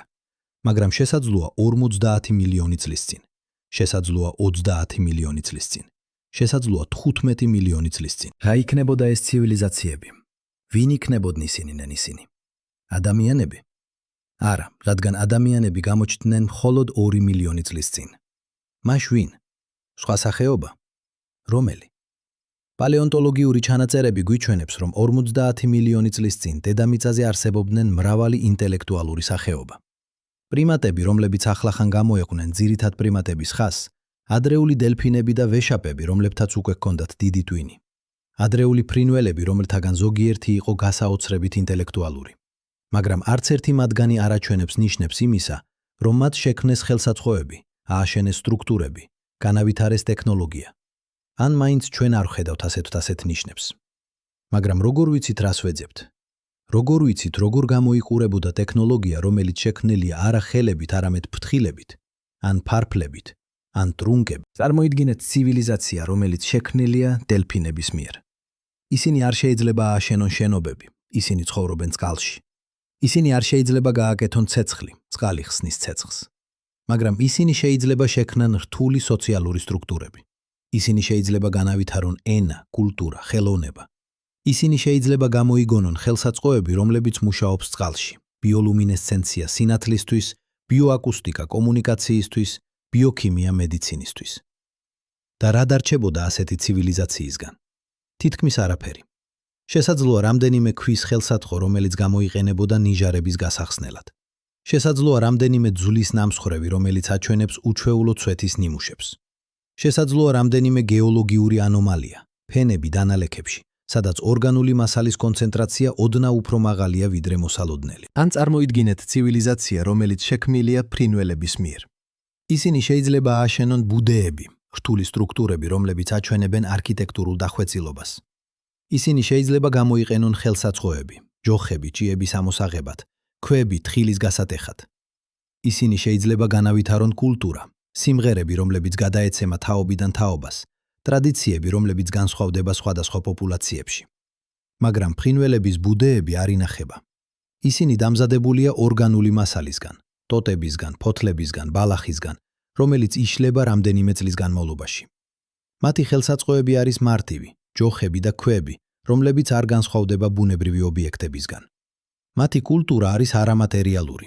სიმღერები და ტრადიციები, რომლებიც ქრება, როცა ბოლო ინდივიდი გვდება. და აქ ჩვენ მივდივართ ფუნდამენტურ კითხვამდე. რა არის ცივილიზაცია? როგორ განსაზღვროთ ის? ჩვენ ჩვეულებრივ ვფიქრობთ ცივილიზაციაზე როგორც ქალაქებზე, შენობებზე, წერაზე, ტექნოლოგიაზე, მაგრამ ეს არის ჩვენი განსაზღვრება. განსაზღვრება, რომელიც დაფუძნებულია ჩვენ საკუთარ გამოცდილებაზე, ჩვენ საკუთარ ისტორიაზე. რა მოხდება თუ არსებობს სხვა გზები ცივილიზაციის შესაქმნელად? გზები, რომლებიც არ ტოვებს მასიურ არქიტექტურულ ნამსხვრევებს. გზები, რომლებიც არ მოითხოვს წერას, რადგან ინფორმაცია გადაეცემა სხვა საშუალებებით, სიმღერებით, ცეკვებით, ქიმიურ სიგნალებით. გზები, რომლებიც არ მოითხოვს მეტალურგიას, რადგან ტექნოლოგია დაფუძნებულია ბიოლოგიაზე, არა მექანიკაზე. პროფესორმა ლორი მარინომ, ბიოლოგმა სტენფორდის უნივერსიტეტიდან, შეისწავლა ინტელექტი ცხოველებში 2015 წელს. მან აღმოჩნდა, რომ ბევრი სახეობა, დელფინები, ვეშაპები, ფრინველები, რვაფეხები, აჩვენებენ შესაძლებლობებს, რომლებსაც ჩვენ ჩვეულებრივ უწოდებთ ინტელექტუალურს. ისინი იყენებენ ხელსაწყოებს, ისინი წყვეტენ პრობლემებს, ისინი გეგმავენ მომავალს, ისინი ასწავლიან თავიანთ შთამომავლებს, ისინი ქმნიან კულტურებს. მაგრამ არც ერთი მათგანი არ შექმნა ცივილიზაცია ჩვენი გაგებით, თქვა მარინომ. რატომ? არა იმიტომ, რომ მათ არ აქვთ ინტელექტი, არამედ იმიტომ, რომ მათ არ აქვთ ხელები. ან იმიტომ, რომ ისინი ცხოვრობენ წყალში, ან იმიტომ, რომ მათი სოციალური სტრუქტურა არ ხელს უწყობს ტექნოლოგიურ განვითარებას. ან უბრალოდ იმიტომ, რომ მათ არ სჭირდებათ ტექნოლოგია. ისინი უკვე სრულყოფილად ადაპტირებულნი არიან თავიანთ გარემოში. მაგრამ რა მოხდება თუ პირობები შეიცვალა? რა მოხდება თუ კლიმატი შეიცვალა, გარემო შეიცვალა, კონკურენცია გაიზარდა? რა მოხდება თუ ვიღაც სახეობა აღმოჩნდა სიტუაციაში, სადაც ტექნოლოგია გახდა საჭირო გადარჩენისთვის? პალეონტოლოგიური ჩანაწერები გვიჩვენებს, რომ დედამიწის ისტორია სავსეა კლიმატური კატასტროფებით. 50 მილიონი წლის წინ გლობალური ტემპერატურა დაეცა რამდენიმე გრადუსით, რამაც გამოიწვია მასიური გადაშენება. 30 მილიონი წლის წინ ანტარქტიდა გაიყინა, რამაც შეცვალა ოკეანის დინებები და კლიმატი მთელ პლანეტაზე. 15 მილიონი წლის წინ ჰიმალაის მთების აწევამ შეცვალა მონსუნის ნიმუშები, რამაც გამოიწვია გამოშრობა აფრიკასა და აზიაში. თითოეული ამ კატასტროფისას ზოგიერთი სახეობა გადაშენდა, მაგრამ სხვები ადაპტირდნენ. ისინი შეიცვალნენ, ევოლუციონირდნენ, იპოვეს ახალი გზები გადარჩენისთვის. და შესაძლოა ზოგიერთმა მათგანმა იპოვა ახალი გზა, ტექნოლოგია. ახლა დაუბრუნდეთ ჩვენს ობიექტებს ამ ახალი პერსპექტივით. კლერკსდორპის სფეროები, ის 9 ანომალური სფერო, რომლებიც არ ემთხვევა ბუნებრივ ახსნას, რა მოხდება თუ ისინი რეალურად არის ხელოვნური? არა დამზადებული ადამიანების მიერ, არამედ რაღაც სხვა სახეობის მიერ, რომელიც არსებობდა 2 მილიარდი წლის წინ. ეს ჟღერს შეუძლებლად. მაგრამ დავფიქრდეთ იმაზე, რაც ჩვენ ვიცით. 2 მილიარდი წლის წინ დედამიწაზე უკვე არსებობდა სიცოცხლე 1 მილიარდ წელზე მეტი ხნის განმავლობაში. ბაქტერიები უკვე იყვნენ რთული, მრავალფეროვანი, ადაპტირებული ყველა შესაძლო გარემოსთვის. ზოგიერთი მათგანი უკვე იყენებდა ფოტოსინთეზს, ქმნიდა ჯერ კიდევ ჟანგბადს, რომელიც თანდათან იწყებდა ატმოსფეროში დაგროვებას. მაგრამ ბაქტერიები არ შეიძლება შექმნან ტექნოლოგია, არა? ან მაინც. რა არის ტექნოლოგია? თუ ჩვენ განსაზღვრავთ მას როგორც გარემოს მანიპულირებას კონკრეტული მიზნების მისაღწევად, მაშინ ბაქტერიები უკვე აკეთებენ ამას. ისინი აშენებენ ბიოფილმებს, რთულ სტრუქტურებს, რომლებიც იცავს მათ გარემოსგან. ისინი აწარმოებენ ქიმიურ ნივთიერებებს, ანტიბიოტიკებს, ტოქსინებს, სიგნალურ მოლეკულებს. ისინი კომუნიკაციას უწევენ ერთმანეთთან, ქორუმ სენსინგით, ქიმიური სიგნალებით. რა მოხდება თუ ბაქტერიების რომელიმე ჯგუფმა წავიდა უფრო შორს? რა მოხდება თუ მათ შექმნეს სიმბიოზური ურთიერთობები, რომლებმაც საშუალება მისცა მათ ააშენონ უფრო დიდი, უფრო რთული სტრუქტურები? რა მოხდება თუ მათ იპოვეს გზა მინერალების მანიპულირებისთვის, რკინის, სილიციუმის, ნახშირბადის, რათა შექმნან ობიექტები, რომლებიც არ არსებობს ბუნებაში? ეს არის სპეკულაცია, რა თქმა უნდა, ექსტრემალური სპეკულაცია, მაგრამ ის არ არის შეუძლებელი. და თუ ეს რეალურად მოხდა, რა დარჩებოდა? შესაძლოა რამდენიმე მინერალური სტრუქტურა, რომელიც აჩვენებს უჩვეულო სიმეტრიას. შესაძლოა რამდენიმე მეტალის ობიექტი, რომელიც შემთხვევით შენარჩუნდა უჩვეულო გეოლოგიურ პირობებში. შესაძლოა რამდენიმე გეოქიმიური ანომალია, რომელიც ძნელად ახსნადია ბუნებრივი პროცესებით. ზუსტად ის, რასაც ჩვენ პოულობთ. მაგრამ ეხლა დავფიქრდეთ უფრო ახლო წარსულზე. ტეხასის ჩაქუჩი. თუ ის რეალურად არის 100 მილიონი წლის. 100 მილიონი წლის წინ დედამიწაზე ბატონობდნენ დინოზავრები. ისინი იყვნენ დომინანტური სახეობა 150 მილიონი წლის განმავლობაში. პერიოდი, რომელიც 10 ჯერ უფრო გრძელია, ვიდრე ძუძუმწოვრების დომინირება. და ამ 150 მილიონი წლის განმავლობაში დინოზავრები ევოლუციონირდნენ გასაოცარ მრავალფეროვნებაში. იყვნენ გიგანტები, რომლებიც იწონიდნენ 90 ტონამდე. იყვნენ პატარები, რომლებიც იყვნენ ქათმის ზომის. იყვნენ მტაცებლები, მცენარეჭამიები, ყველაფრის მჭამელები, ები. იყვნენ ისეთები, რომლებიც ცხოვრობდნენ წყალში, ისეთები, რომლებიც ფრინავდნენ ჰაერში, ისეთები, რომლებიც დადიოდნენ მიწაზე. და ზოგიერთი მათგანი იყო გასაოცრებით ინტელექტუალური. ტროდონტიდები მაგალითად ჰქონდათ ტვინი, რომელიც სხეულის ზომასთან მიმართებაში იყო ერთ-ერთი ყველაზე დიდი ყვეტივა დინოზავრს შორის. მათ ჰქონდათ დიდი თვალები, რომლებიც მიუთითებდა კარგ მხედველობაზე. მათ ჰქონდათ გრძელი ფეხები, რომლებიც მიუთითებდა სიჩქარეზე. მათ ჰქონდათ ხელები 3 თითით, ლები 3 თითით, რომლებიც შეეძლოთ ობიექტების დაჭერა. პალეონტოლოგი დეილ რასელი შემოგთავაზა 1992 წელს ჰიპოთეტურ სცენარს. რა მოხდებოდა თუ დინოზავრები არ გადაშენდებოდნენ 90 მილიონი წლის წინ? რა მოხდებოდა თუ ტროტოდონტიდები გააგრძელებდნენ ევოლუციას კიდევ 90 მილიონი წლის განმავლობაში? შეეძლოთ მათ განევითარებინათ უფრო დიდი ტვინი, უფრო მოქნილი ხელები, უფრო რთული სოციალური სტრუქტურები. შეეძლოთ მათ შექმნათ ხელსაწყოები. შეეძლოთ მათ აეშენებინათ თავშესაფრები. შეეძლოთ მათ განევითარებინათ ენა, კულტურა, ტექნოლოგია. რასელმა შექმნა რეკონსტრუქცია ჰიპოთეტური დინოზავროიდის, ჰუმანოიდური დინოზავრის, რომელიც შეიძლება ევოლუციონირებული იყო ტროდონტიდებისგან. ეს იყო სპეკულატიური, რა თქმა უნდა, მაგრამ ის აჩვენებდა, რომ ინტელექტუალური ტექნოლოგიური სახეობა არ უნდა იყოს აუცილებლად ძუძუმწოვარი. ის არ უნდა იყოს აუცილებლად პრიმატი. ის შეიძლება იყოს რეპტილია, ფრინველი, თუნდაც რაღაც სრულიად სხვა. და თუ ასეთი სახეობა რეალურად არსებობდა, არა 90 მილიონი წლის წინ, არამედ 100 მილიონი წლის წინ, რა დარჩებოდა მათგან? შესაძლოა რამდენიმე ხელსაწყო, რომელიც შემთხვევით შენარჩუნდა. შესაძლოა რამდენიმე სტრუქტურა, რომელიც დაიფარა დანალექებით. შესაძლოა რამდენიმე ობიექტი, რომელიც ჩაკეტილია ქანში. ზუსტად ის, რასაც ჩვენ პოულობთ. და ბოლოს ანტიკითერას მექანიზმი. ეს არის ობიექტი, რომლის ასაკი არ არის დაობის საგანი. ეს არის ობიექტი, რომელიც დამზადებულია ადამიანების მიერ, ძველი ბერძნების მიერ 2000 წლის წინ. მაგრამ ეს არის ობიექტი, რომელიც აჩვენებს ტექნოლოგიურ დონეს, რომელიც არ უნდა არსებობდეს იმ დროს. და აქ არის ყველაზე მნიშვნელოვანი გაკვეთილი. ანტიკითერას მექანიზმი გვიჩვენებს, ტექნოლოგიური პროგრესი არ არის წრფივი. ის არ არის გარდაუვალი. ის არ არის პროცესი, რომელიც მუდმივად მიდის წინ, ყოველთვის იზრდება, ყოველთვის ვითარდება. ძველმა ბერძნებმა შექმნეს ანტიკითერას მექანიზმი. ისინი ჰქონდათ ცოდნა, უნარები, ტექნოლოგია ასეთი რამის შესაქმნელად. მაგრამ შემდეგ ეს ცოდნა დაიკარგა. ის არ გადაეცა, ის არ განვითარდა. ის უბრალოდ გაქრა. და 1400 წელს, როცა ევროპელმა საათის მაკეტებლებმა დაიწყეს მსგავსი მექანიზმების შექმნა, მათ არ იცოდნენ ანტიკითერას მექანიზმის შესახებ. ისინი არ აგრძელებდნენ ბერძნულ ტრადიციას. ისინი იწყებდნენ თავიდან. ხელახლა გამოიგონებდნენ იმას, რაც უკვე იყო გამოგონილი და დაკარგული. ეს არის ნიმუში, რომელიც მეორდება ისტორიაში. ცოდნა იქმნება, ვითარდება, აღწევს მწვერვალს, შემდეგ კი იკარგება. და საუკუნეების ან ათასწლეულების შემდეგ ვიღაცა ხელახლა აღმოაჩენს მას, ხშირად სრულიად განსხვავებული გზით, სრულიად განსხვავებული კონტექსტში. და თუ ეს ხდება 2000 წლის მასშტაბით, პერიოდში, რომლის შესახებაც ჩვენ გვაქვს წერილობითი ჩანაწერები, არქეოლოგიური მტკიცებულებები, უწყვეტი ისტორიული ტრადიცია, რა ხდება 2 მილიონი წლის მასშტაბით? ან 20 მილიონი წლის, ან 2 მილიარდი წლის. რამდენი ცოდნა შეიძლება შეიქმნას და დაიკარგოს ამ დროის განმავლობაში? რამდენი ცივილიზაცია შეიძლება აღმოცენდეს და დაეცეს? რამდენი ტექნოლოგია შეიძლება გამოიგონონ და დაივიწყონ? და ეს გვიყვანს ბოლო, ყველაზე მნიშვნელოვან კითხვამდე. არა კითხვას იმის შესახებ, რა მოხდა წარსულში, არამედ კითხვას იმის შესახებ, რა მოხდება მომავალში. თუ ცივილიზაციები რეალურად არის ციკლური, თუ ისინი აღმოცენდებიან, ვითარდებიან, აღწევენ მწვერვალს, შემდეგ კი ინგრევიან და ქრებიან, მაშინ რა არის ჩვენი ადგილი ამ ციკლში? ჩვენ ვართ პირველები, ბოლოები, თუ მხოლოდ ერთ-ერთი მრავალთაგან. და თუ ჩვენ არ ვართ პირველები, თუ რეალურად იყვნენ სხვები ჩვენამდე, რა შეგვიძლია ვისწავლოთ მათგან?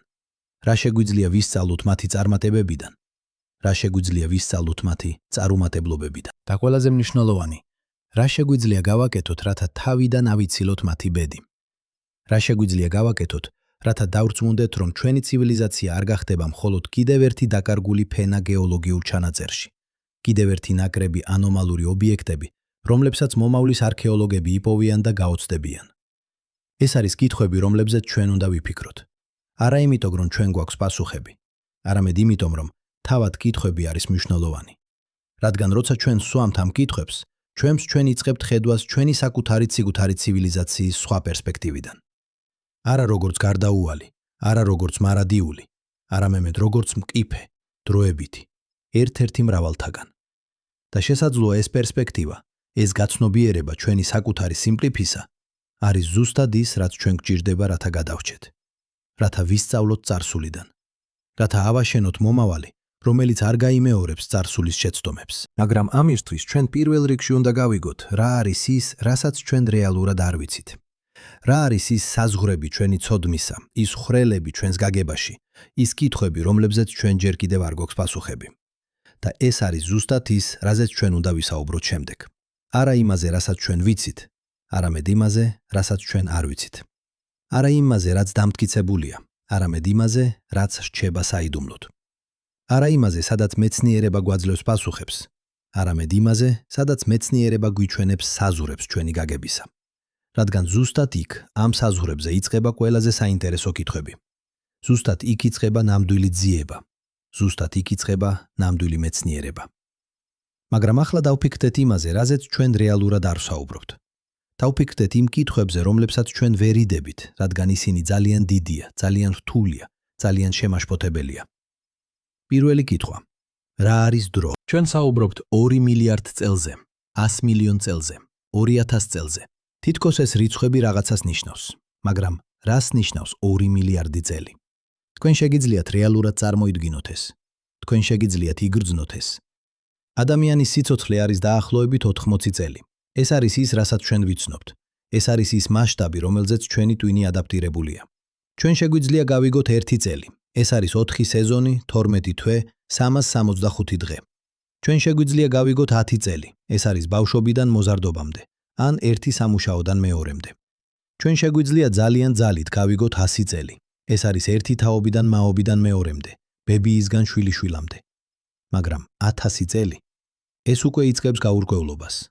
ეს არის დრო, როცა ენები იცვლება, იმპერიები ინგრევა, რელიგიები იბადება და კვდება. ეს არის დრო, რომელიც აღემატება ნებისმიერი ინდივიდუალური ადამიანის მეხსიერებას, ნებისმიერი ოჯახის ისტორიას, ნებისმიერი კულტურის უწყვეტ ტრადიციას. 10,000 წელი. ეს არის დრო, როცა მთელი ცივილიზაციები ჩნდება და ქრება, როცა კლიმატი იცვლება, ოკეანეების დონე იზრდება ან იკლებს, უდაბნოები ხდება ტყეებად და ტყეები ხდება უდაბნოებად. 100,000 წელი, მილიონი წელი, 10 მილიონი, 100 მილიონი, 2 მილიარდი. ეს არის რიცხვები, რომლებიც აღარ ნიშნავს არაფერს ჩვენი ინტუიციისთვის. ეს არის რიცხვები, რომლებიც ჩვენ შეგვიძლია დავწეროთ, შეგვიძლია გამოვთვალოთ, მაგრამ ვერ შევიგრძნობთ. და აქ არის პარადოქსი. ჩვენ ვცდილობთ გავიგოთ დედამიწის ისტორია, 4 მილიარდ 600 მილიონი წლის ისტორია, ტვინით, რომელიც ევოლუციონირდა იმისთვის, რომ გაეგო 80 წელი. ჩვენ ვცდილობთ გავიგოთ გეოლოგიური პროცესები, რომლებიც მიმდინარეობს მილიონობით წლის განმავლობაში, გამოცდილებით, რომელიც შემოიფარგლება დღეებით, თვეებით, წლებით. როგორ შეგვიძლია ვიყოთ დარწმუნებულები, რომ ჩვენ რეალურად ვხედავთ სრულ სურათს?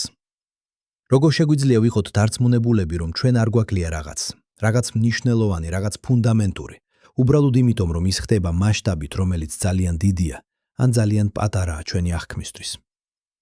მეორე კითხვა: რას ნიშნავს მტკიცებულება? მეცნიერება ეკორდნობა მტკიცებულებებს. ეს არის მისი ძალა, მისი საფუძველი. მაგრამ რას გულისხმობთ მტკიცებულებაში? ჩვენ გულისხმობთ რაღაცას, რაც შეგვიძლია დავინახოთ, შევეხოთ, გავზომოთ, შევამოწმოთ. რაღაცას, რაც არსებობს ახლა, ამ მომენტში, ამ ადგილას. მაგრამ წარსული აღარ არსებობს. წარსული არის მხოლოდ კვალები, რომლებიც დარჩა. ნამსხვრევები, ფრაგმენტები, ჩრდილები. და რაც უფრო შორს უბრუნდებით დროში, მით ნაკლები კვალი რჩება. დავფიქრდეთ იმაზე, რაც ხდება ობიექტთან დროთა განმავლობაში. წარმოიდგინეთ, რომ თქვენ აშენებთ შენობას დღეს. ხვალის ჯერ კიდევ იქ იქნება, თითქმის უცვლელი.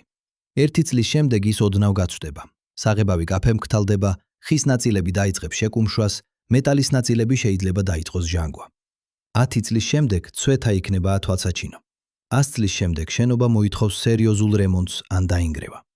1000 წლის შემდეგ თუ შენობა მიტოვებულია, ის იქნება ნანგრევები. ხის ნაწილები გაიშლება, მეტალის ნაწილები დაჟანგავდება, ბეტონი გაიპოვა. მცენარეები გაიზრდება კედლებში, ცხოველები დაიკავებენ ოთახებს. წვიმა და ქარი ნელ-ნელა დაანგრევს სტრუქტურას. 10,000 წლის შემდეგ შენობა იქნება მხოლოდ ბორცვი მიწაში. შესაძლოა რამდენიმე ქვის საძირკველი დარჩება. შესაძლოა რამდენიმე ენიმე მეტალის ნაწილი, რომელიც შემთხვევით შენარჩუნდა ანაერობულ პირობებში. მაგრამ უმეტესობა ხის კონსტრუქციები, ბეტონის კედლები, მინის ფანჯრები, პლასტიკის მილები, ყველაფერი ეს გაქრება. 100,000 წლის შემდეგ თუნდაც ის ქვის საძირკველი იქნება ძნელად ამოსაცნობი.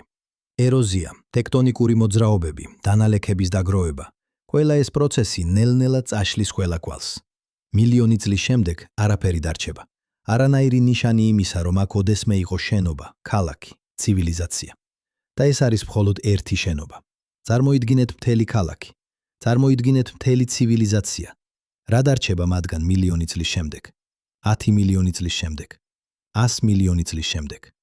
პასუხი არის თითქმის არაფერი. შესაძლოა რამდენიმე ქვის სტრუქტურა, თუ ისინი დამზადებულია მასიური ბლოკეებისგან და მოხვდნენ ადგილას, სადაც ეროზია მინიმალურია.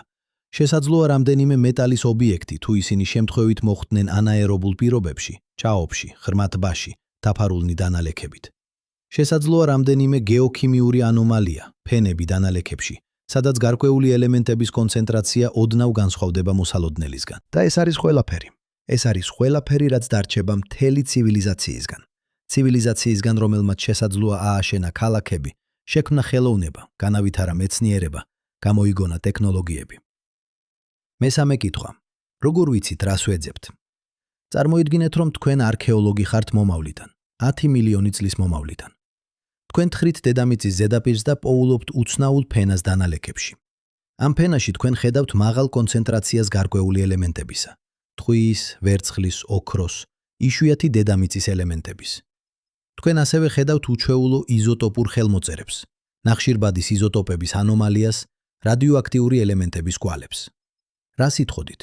რას დაასკვნიდით? თუ თქვენ იცით, რომ ადამიანური ცივილიზაცია არსებობდა ამ დროს, თქვენ დაასკვნიდით. ეს არის ინდუსტრიული აქტივობის ფენა. ტყვია და ვერცხლი მოდის სამთომოპოვებიდან. ოქრო და იშვიათი დედამიწის ელემენტები მოდის ელექტრონიკის წარმოებიდან. ნახშირბადის იზოტოპების ანომალია მოდის ნამარხი საწვავის ცვისგან. რადიოაქტიური ელემენტები მოდის ბირთვული ტექნოლოგიისგან. მაგრამ თუ თქვენ არ იცით, რომ ადამიანური ცივილიზაცია არსებობდა, რა სიტყოდით? შესაძლოა თქვენ დაასკვნიდით. ეს არის უჩვეულო გეოლოგიური ფორმაცია. შესაძლოა ვულკანური აქტივობა. შესაძლოა მეტეორიტის დაჯახება. შესაძლოა რაღაც სხვა ბუნებრივი პროცესი, რომელსაც ჩვენ ჯერ არ გვესმის. და აქ არის პრობლემა. ჩვენ ვეძებთ მტკიცებულებებს იმისა, რასაც ჩვენ ველით. ჩვენ ვიცით, როგორ გამოიყურება ადამიანური ცივილიზაციის კვალები, რადგან ჩვენ ვიცით, როგორ გამოიყურება ჩვენი საკუთარი ცივილიზაცია. მაგრამ ჩვენ არ ვიცით, როგორ გამოიყურებოდა სხვა ტიპის ცივილიზაციის კვალები. ცივილიზაციის, რომელიც შექმნილია სხვა სახეობების მიერ, სხვა გარემოში, სხვა ტექნოლოგიური გზით. დავფიქრდეთ კონკრეტულ მაგალითზე. ჩვენი ცივილიზაცია ეყრდნობა ცეცხლს. ჩვენ ვიყენებთ ცეცხლს საკვების მოსამზადებლად, მეტალების დასადნობად, ენერგიის წარმოებისთვის. ცეცხლი არის ფუნდამენტური ჩვენი ტექნოლოგიისთვის. მაგრამ ცეცხლი მოითხოვს ჟანგბადს. ის მოითხოვს საწორს. ის მოითხოვს გარკვეულ გარემო პირობებს. რა მოხდება თუ ცივილიზაცია განვითარდა წყალში? დელფინებს, ვეშაპებს, რვაფეხებს არ შეუძლიათ გააკეთონ ცეცხლი. მაგრამ ეს არ ნიშნავს, რომ მათ არ შეუძლიათ განავითარონ ტექნოლოგია. ისინი შეიძლება გამოიყენონ ბიოლუმინესცენცია სინათლისთვის. ისინი შეიძლება გამოიყენონ ბიოქიმია ენერგიისთვის. ისინი შეიძლება გამოიყენონ ბიოაკუსტიკა კომუნიკაციისთვის. ისინი შეიძლება შექმნან ტექნოლოგია, რომელიც სრულიად განსხვავებულია ჩვენისგან. ტექნოლოგია, რომელიც დაფუძნებულია ბიოლოგიაზე, არა მექანიკაზე. და რა კვალი დატოვებდა ასეთი ტექნოლოგია? არა მეტალის ნამსხვრევები, არა ბეტონის ნანგრევები, არა პლასტანგრევები, არა პლასტიკის ნაწილაკები. შესაძლოა ორგანული ნაერთების კონცენტრაცია დანალექებში. შესაძლოა უჩვეულო იზოტოპური ხელმოწერები ბიოლოგიური აქტივობისგან. შესაძლოა გეოქიმიური ანომალიები, რომლებსაც ჩვენ ახლა უწოდებთ ბუნებრივ ვარიაციას. მეოთხე კითხვა. რამდენი ისტორია დაკარგულია? დავფიქრდეთ იმაზე, რასაც ჩვენ ვიცით ადამიანის ისტორიის შესახებ. ჩვენ გვაქვს წერილობითი ჩანაწერები დაახლოებით 5000 წლის განმავლობაში. შუმერული დაფებიდან ეგვიპტური პაპირუსებამდე, ბერძნული ტექსტებიდან ჩინური ქრონიკებამდე. ეს არის ის პერიოდი, რომლის შესახებაც ჩვენ შეგვიძლია ვიცოდეთ დეტალები. ვინ იყო მმართველები, რა მოხდა, როდის, სად, რატომ. მაგრამ წერამდე ჩვენ გვაქვს მხოლოდ არქეოლოგია, ნამსხვრევები ქოთნებისა, ხელსაწყოების, შენობების. ჩვენ შეგვიძლია დავადგინოთ, რომ ადამიანები ცხოვრობდნენ აქ, რომ ისინი აკეთებდნენ ამას, რომ ისინი იყენებდნენ იმას, მაგრამ ჩვენ არ ვიცით მათი სახელები, მათი ისტორიები, მათი იდეები, მათი სიზმრები. და რაც უფრო შორს უბრუნდებით, მით ნაკლები ვიცით. 10,000 წლის წინ ჩვენ ვიცით, რომ ადამიანები იწყებდნენ სოფლის მეურნეობას, აშენებდნენ პირველ სოფლებს. 20,000 წლის წინ ჩვენ ვიცით, რომ ისინი იყვნენ მონადირეები შემგროვებლები, ქმნიდნენ გამოქვაბულის ხელოვნებას. 40,000 წლის წინ ჩვენ ვიცით, რომ ისინი ვრცელდებოდნენ აფრიკიდან ევროპასა და აზიაში. მაგრამ 100,000 წლის წინ, 200,000 წლის წინ ჩვენ გვაქვს მხოლოდ ფრაგმენტები, რამდენიმე ქვის ხელსაწყო, რამდენიმე ძვლის ნამსხვრევი.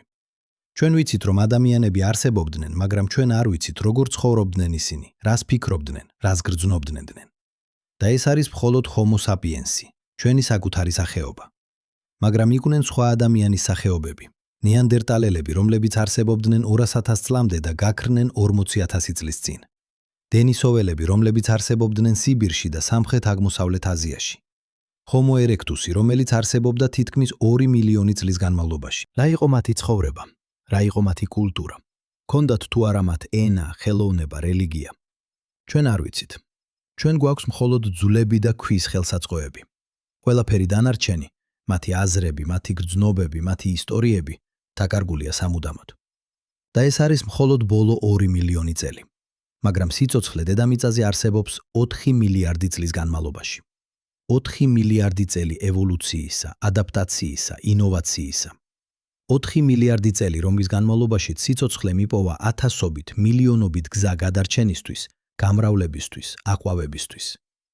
რამდენი მათგანი იყო ინტელექტუალური? რამდენი მათგანი შექმნა რაღაცას, რასაც ჩვენ შეიძლება უწოდოთ კულტურა ან ტექნოლოგია? ჩვენ არ ვიცით.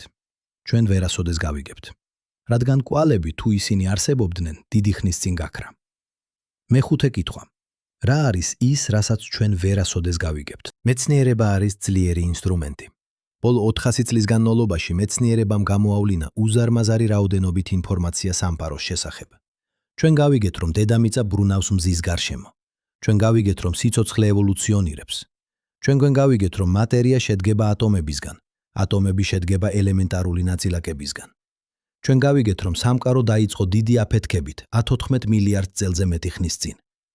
მაგრამ თითოეული აღმოჩენისთვის ჩვენ ასევე აღმოვაჩინეთ ახალი კითხვები, ახალი საიდუმლოები, ახალი საზღვრები ჩვენი გაგებისა. ჩვენ ვიცით, რომ სამყარო ფართოვდება, მაგრამ ჩვენ არ ვიცით, რა არის ბნელი ენერგია, რომელიც იწვევს ამ გაფართოებას. ჩვენ ვიცით, რომ galaktikები ბრუნავენ, მაგრამ ჩვენ არ ვიცით, რა არის ბნელი მატერია, რომელიც ინარჩუნებს მათ ერთად. ჩვენ ვიცით, რომ კვანტური მექანიკა მუშაობს, მაგრამ ჩვენ არ ვიცით, რას ნიშნავს ის, რას ნიშნავს ის, რა არის ნაწილაკი, რა არის ტალღა, რა ხდება, როცა ჩვენ ვაკვირდებით. ჩვენ ვიცით, რომ სიცოცხლე არსებობს, მაგრამ ჩვენ არ ვიცით, როგორ დაიწყო ის.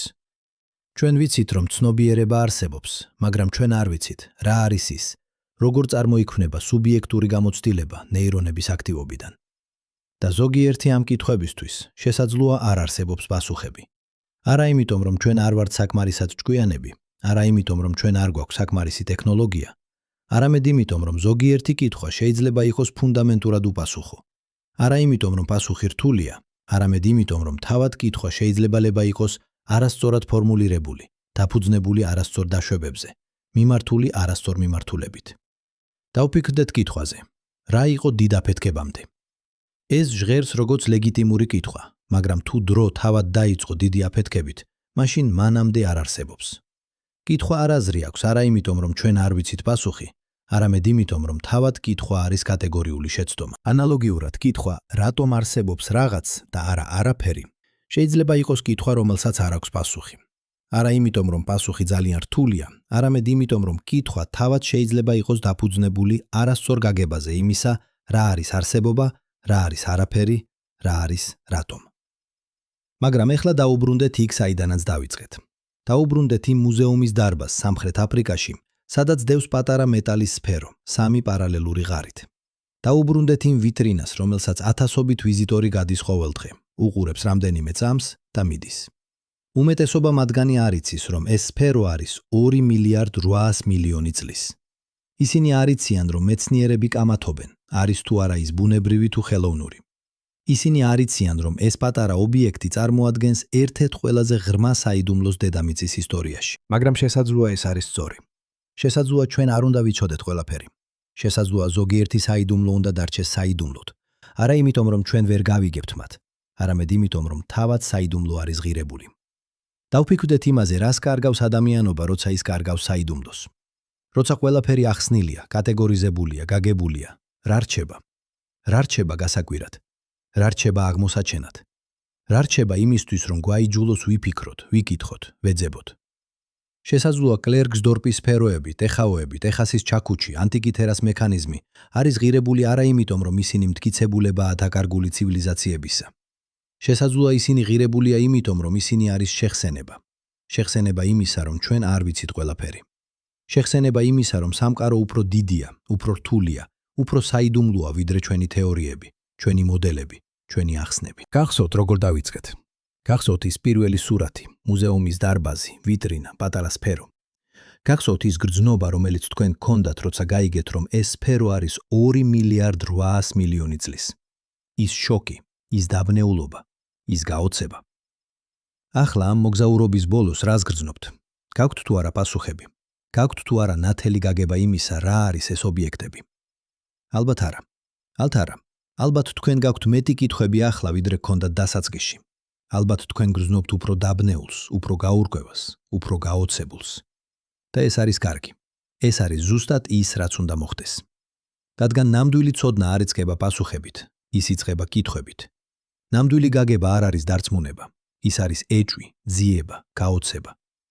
და შესაძლოა ყველაზე მნიშვნელოვანი გაკვეთილი, რომელიც ჩვენ შეგვიძლია ვისწავლოთ ამ ობიექტებისგან, არის არა ის, რასაც ისინი გვიჩვენებენ წარსულის შესახებ, არამედ ის, რასაც ისინი გვასწავლიან მომავლის შესახებ. რადგან თუ ცივილიზაციები რეალურად არის ციკლური, თუ ისინი არ მოცენდებიან, ვითარდებიან, აღწევენ მწვერვალს, შემდეგ კი ინგრევიან და ქრებიან, მაშინ ყველაზე მნიშვნელოვანი კითხვა არ არის, იყვნენ თუ არა სხვები ჩვენამდე. ყველაზე მნიშვნელოვანი კითხვა არის, რა დარჩება ჩვენგან? რა იპოვიან მომავლის არქეოლოგები, როცა ისინი თხრიან ჩვენი ეპოქის ფენებს? რა იქნება ჩვენი კლერკსდორპის სფეროები, ჩვენი ტეხასის ჩაქუჩები, ჩვენი ანტიკითერას მექანიზმები? და ყველაზე მნიშვნელოვანი, რას იტყვიან ისინი ჩვენ შესახებ? რას იტყვიან ისინი იმის შესახებ, ვინ ვიყავით ჩვენ, რას ვაკეთებდით, რას ვფიქრობდით, რას გვგრძნობდით? შესაძლოა პასუხი არის ის, რომ ყველაზე მნიშვნელოვანი არ არის ის, რაც რჩება. ყველაზე მნიშვნელოვანი არის ის, რაც ხდება ახლა, ამ მომენტში, როცა ჩვენ ვცხოვრობთ, ვფიქრობთ, ვქმობთ, ვქმით, ვეძებთ.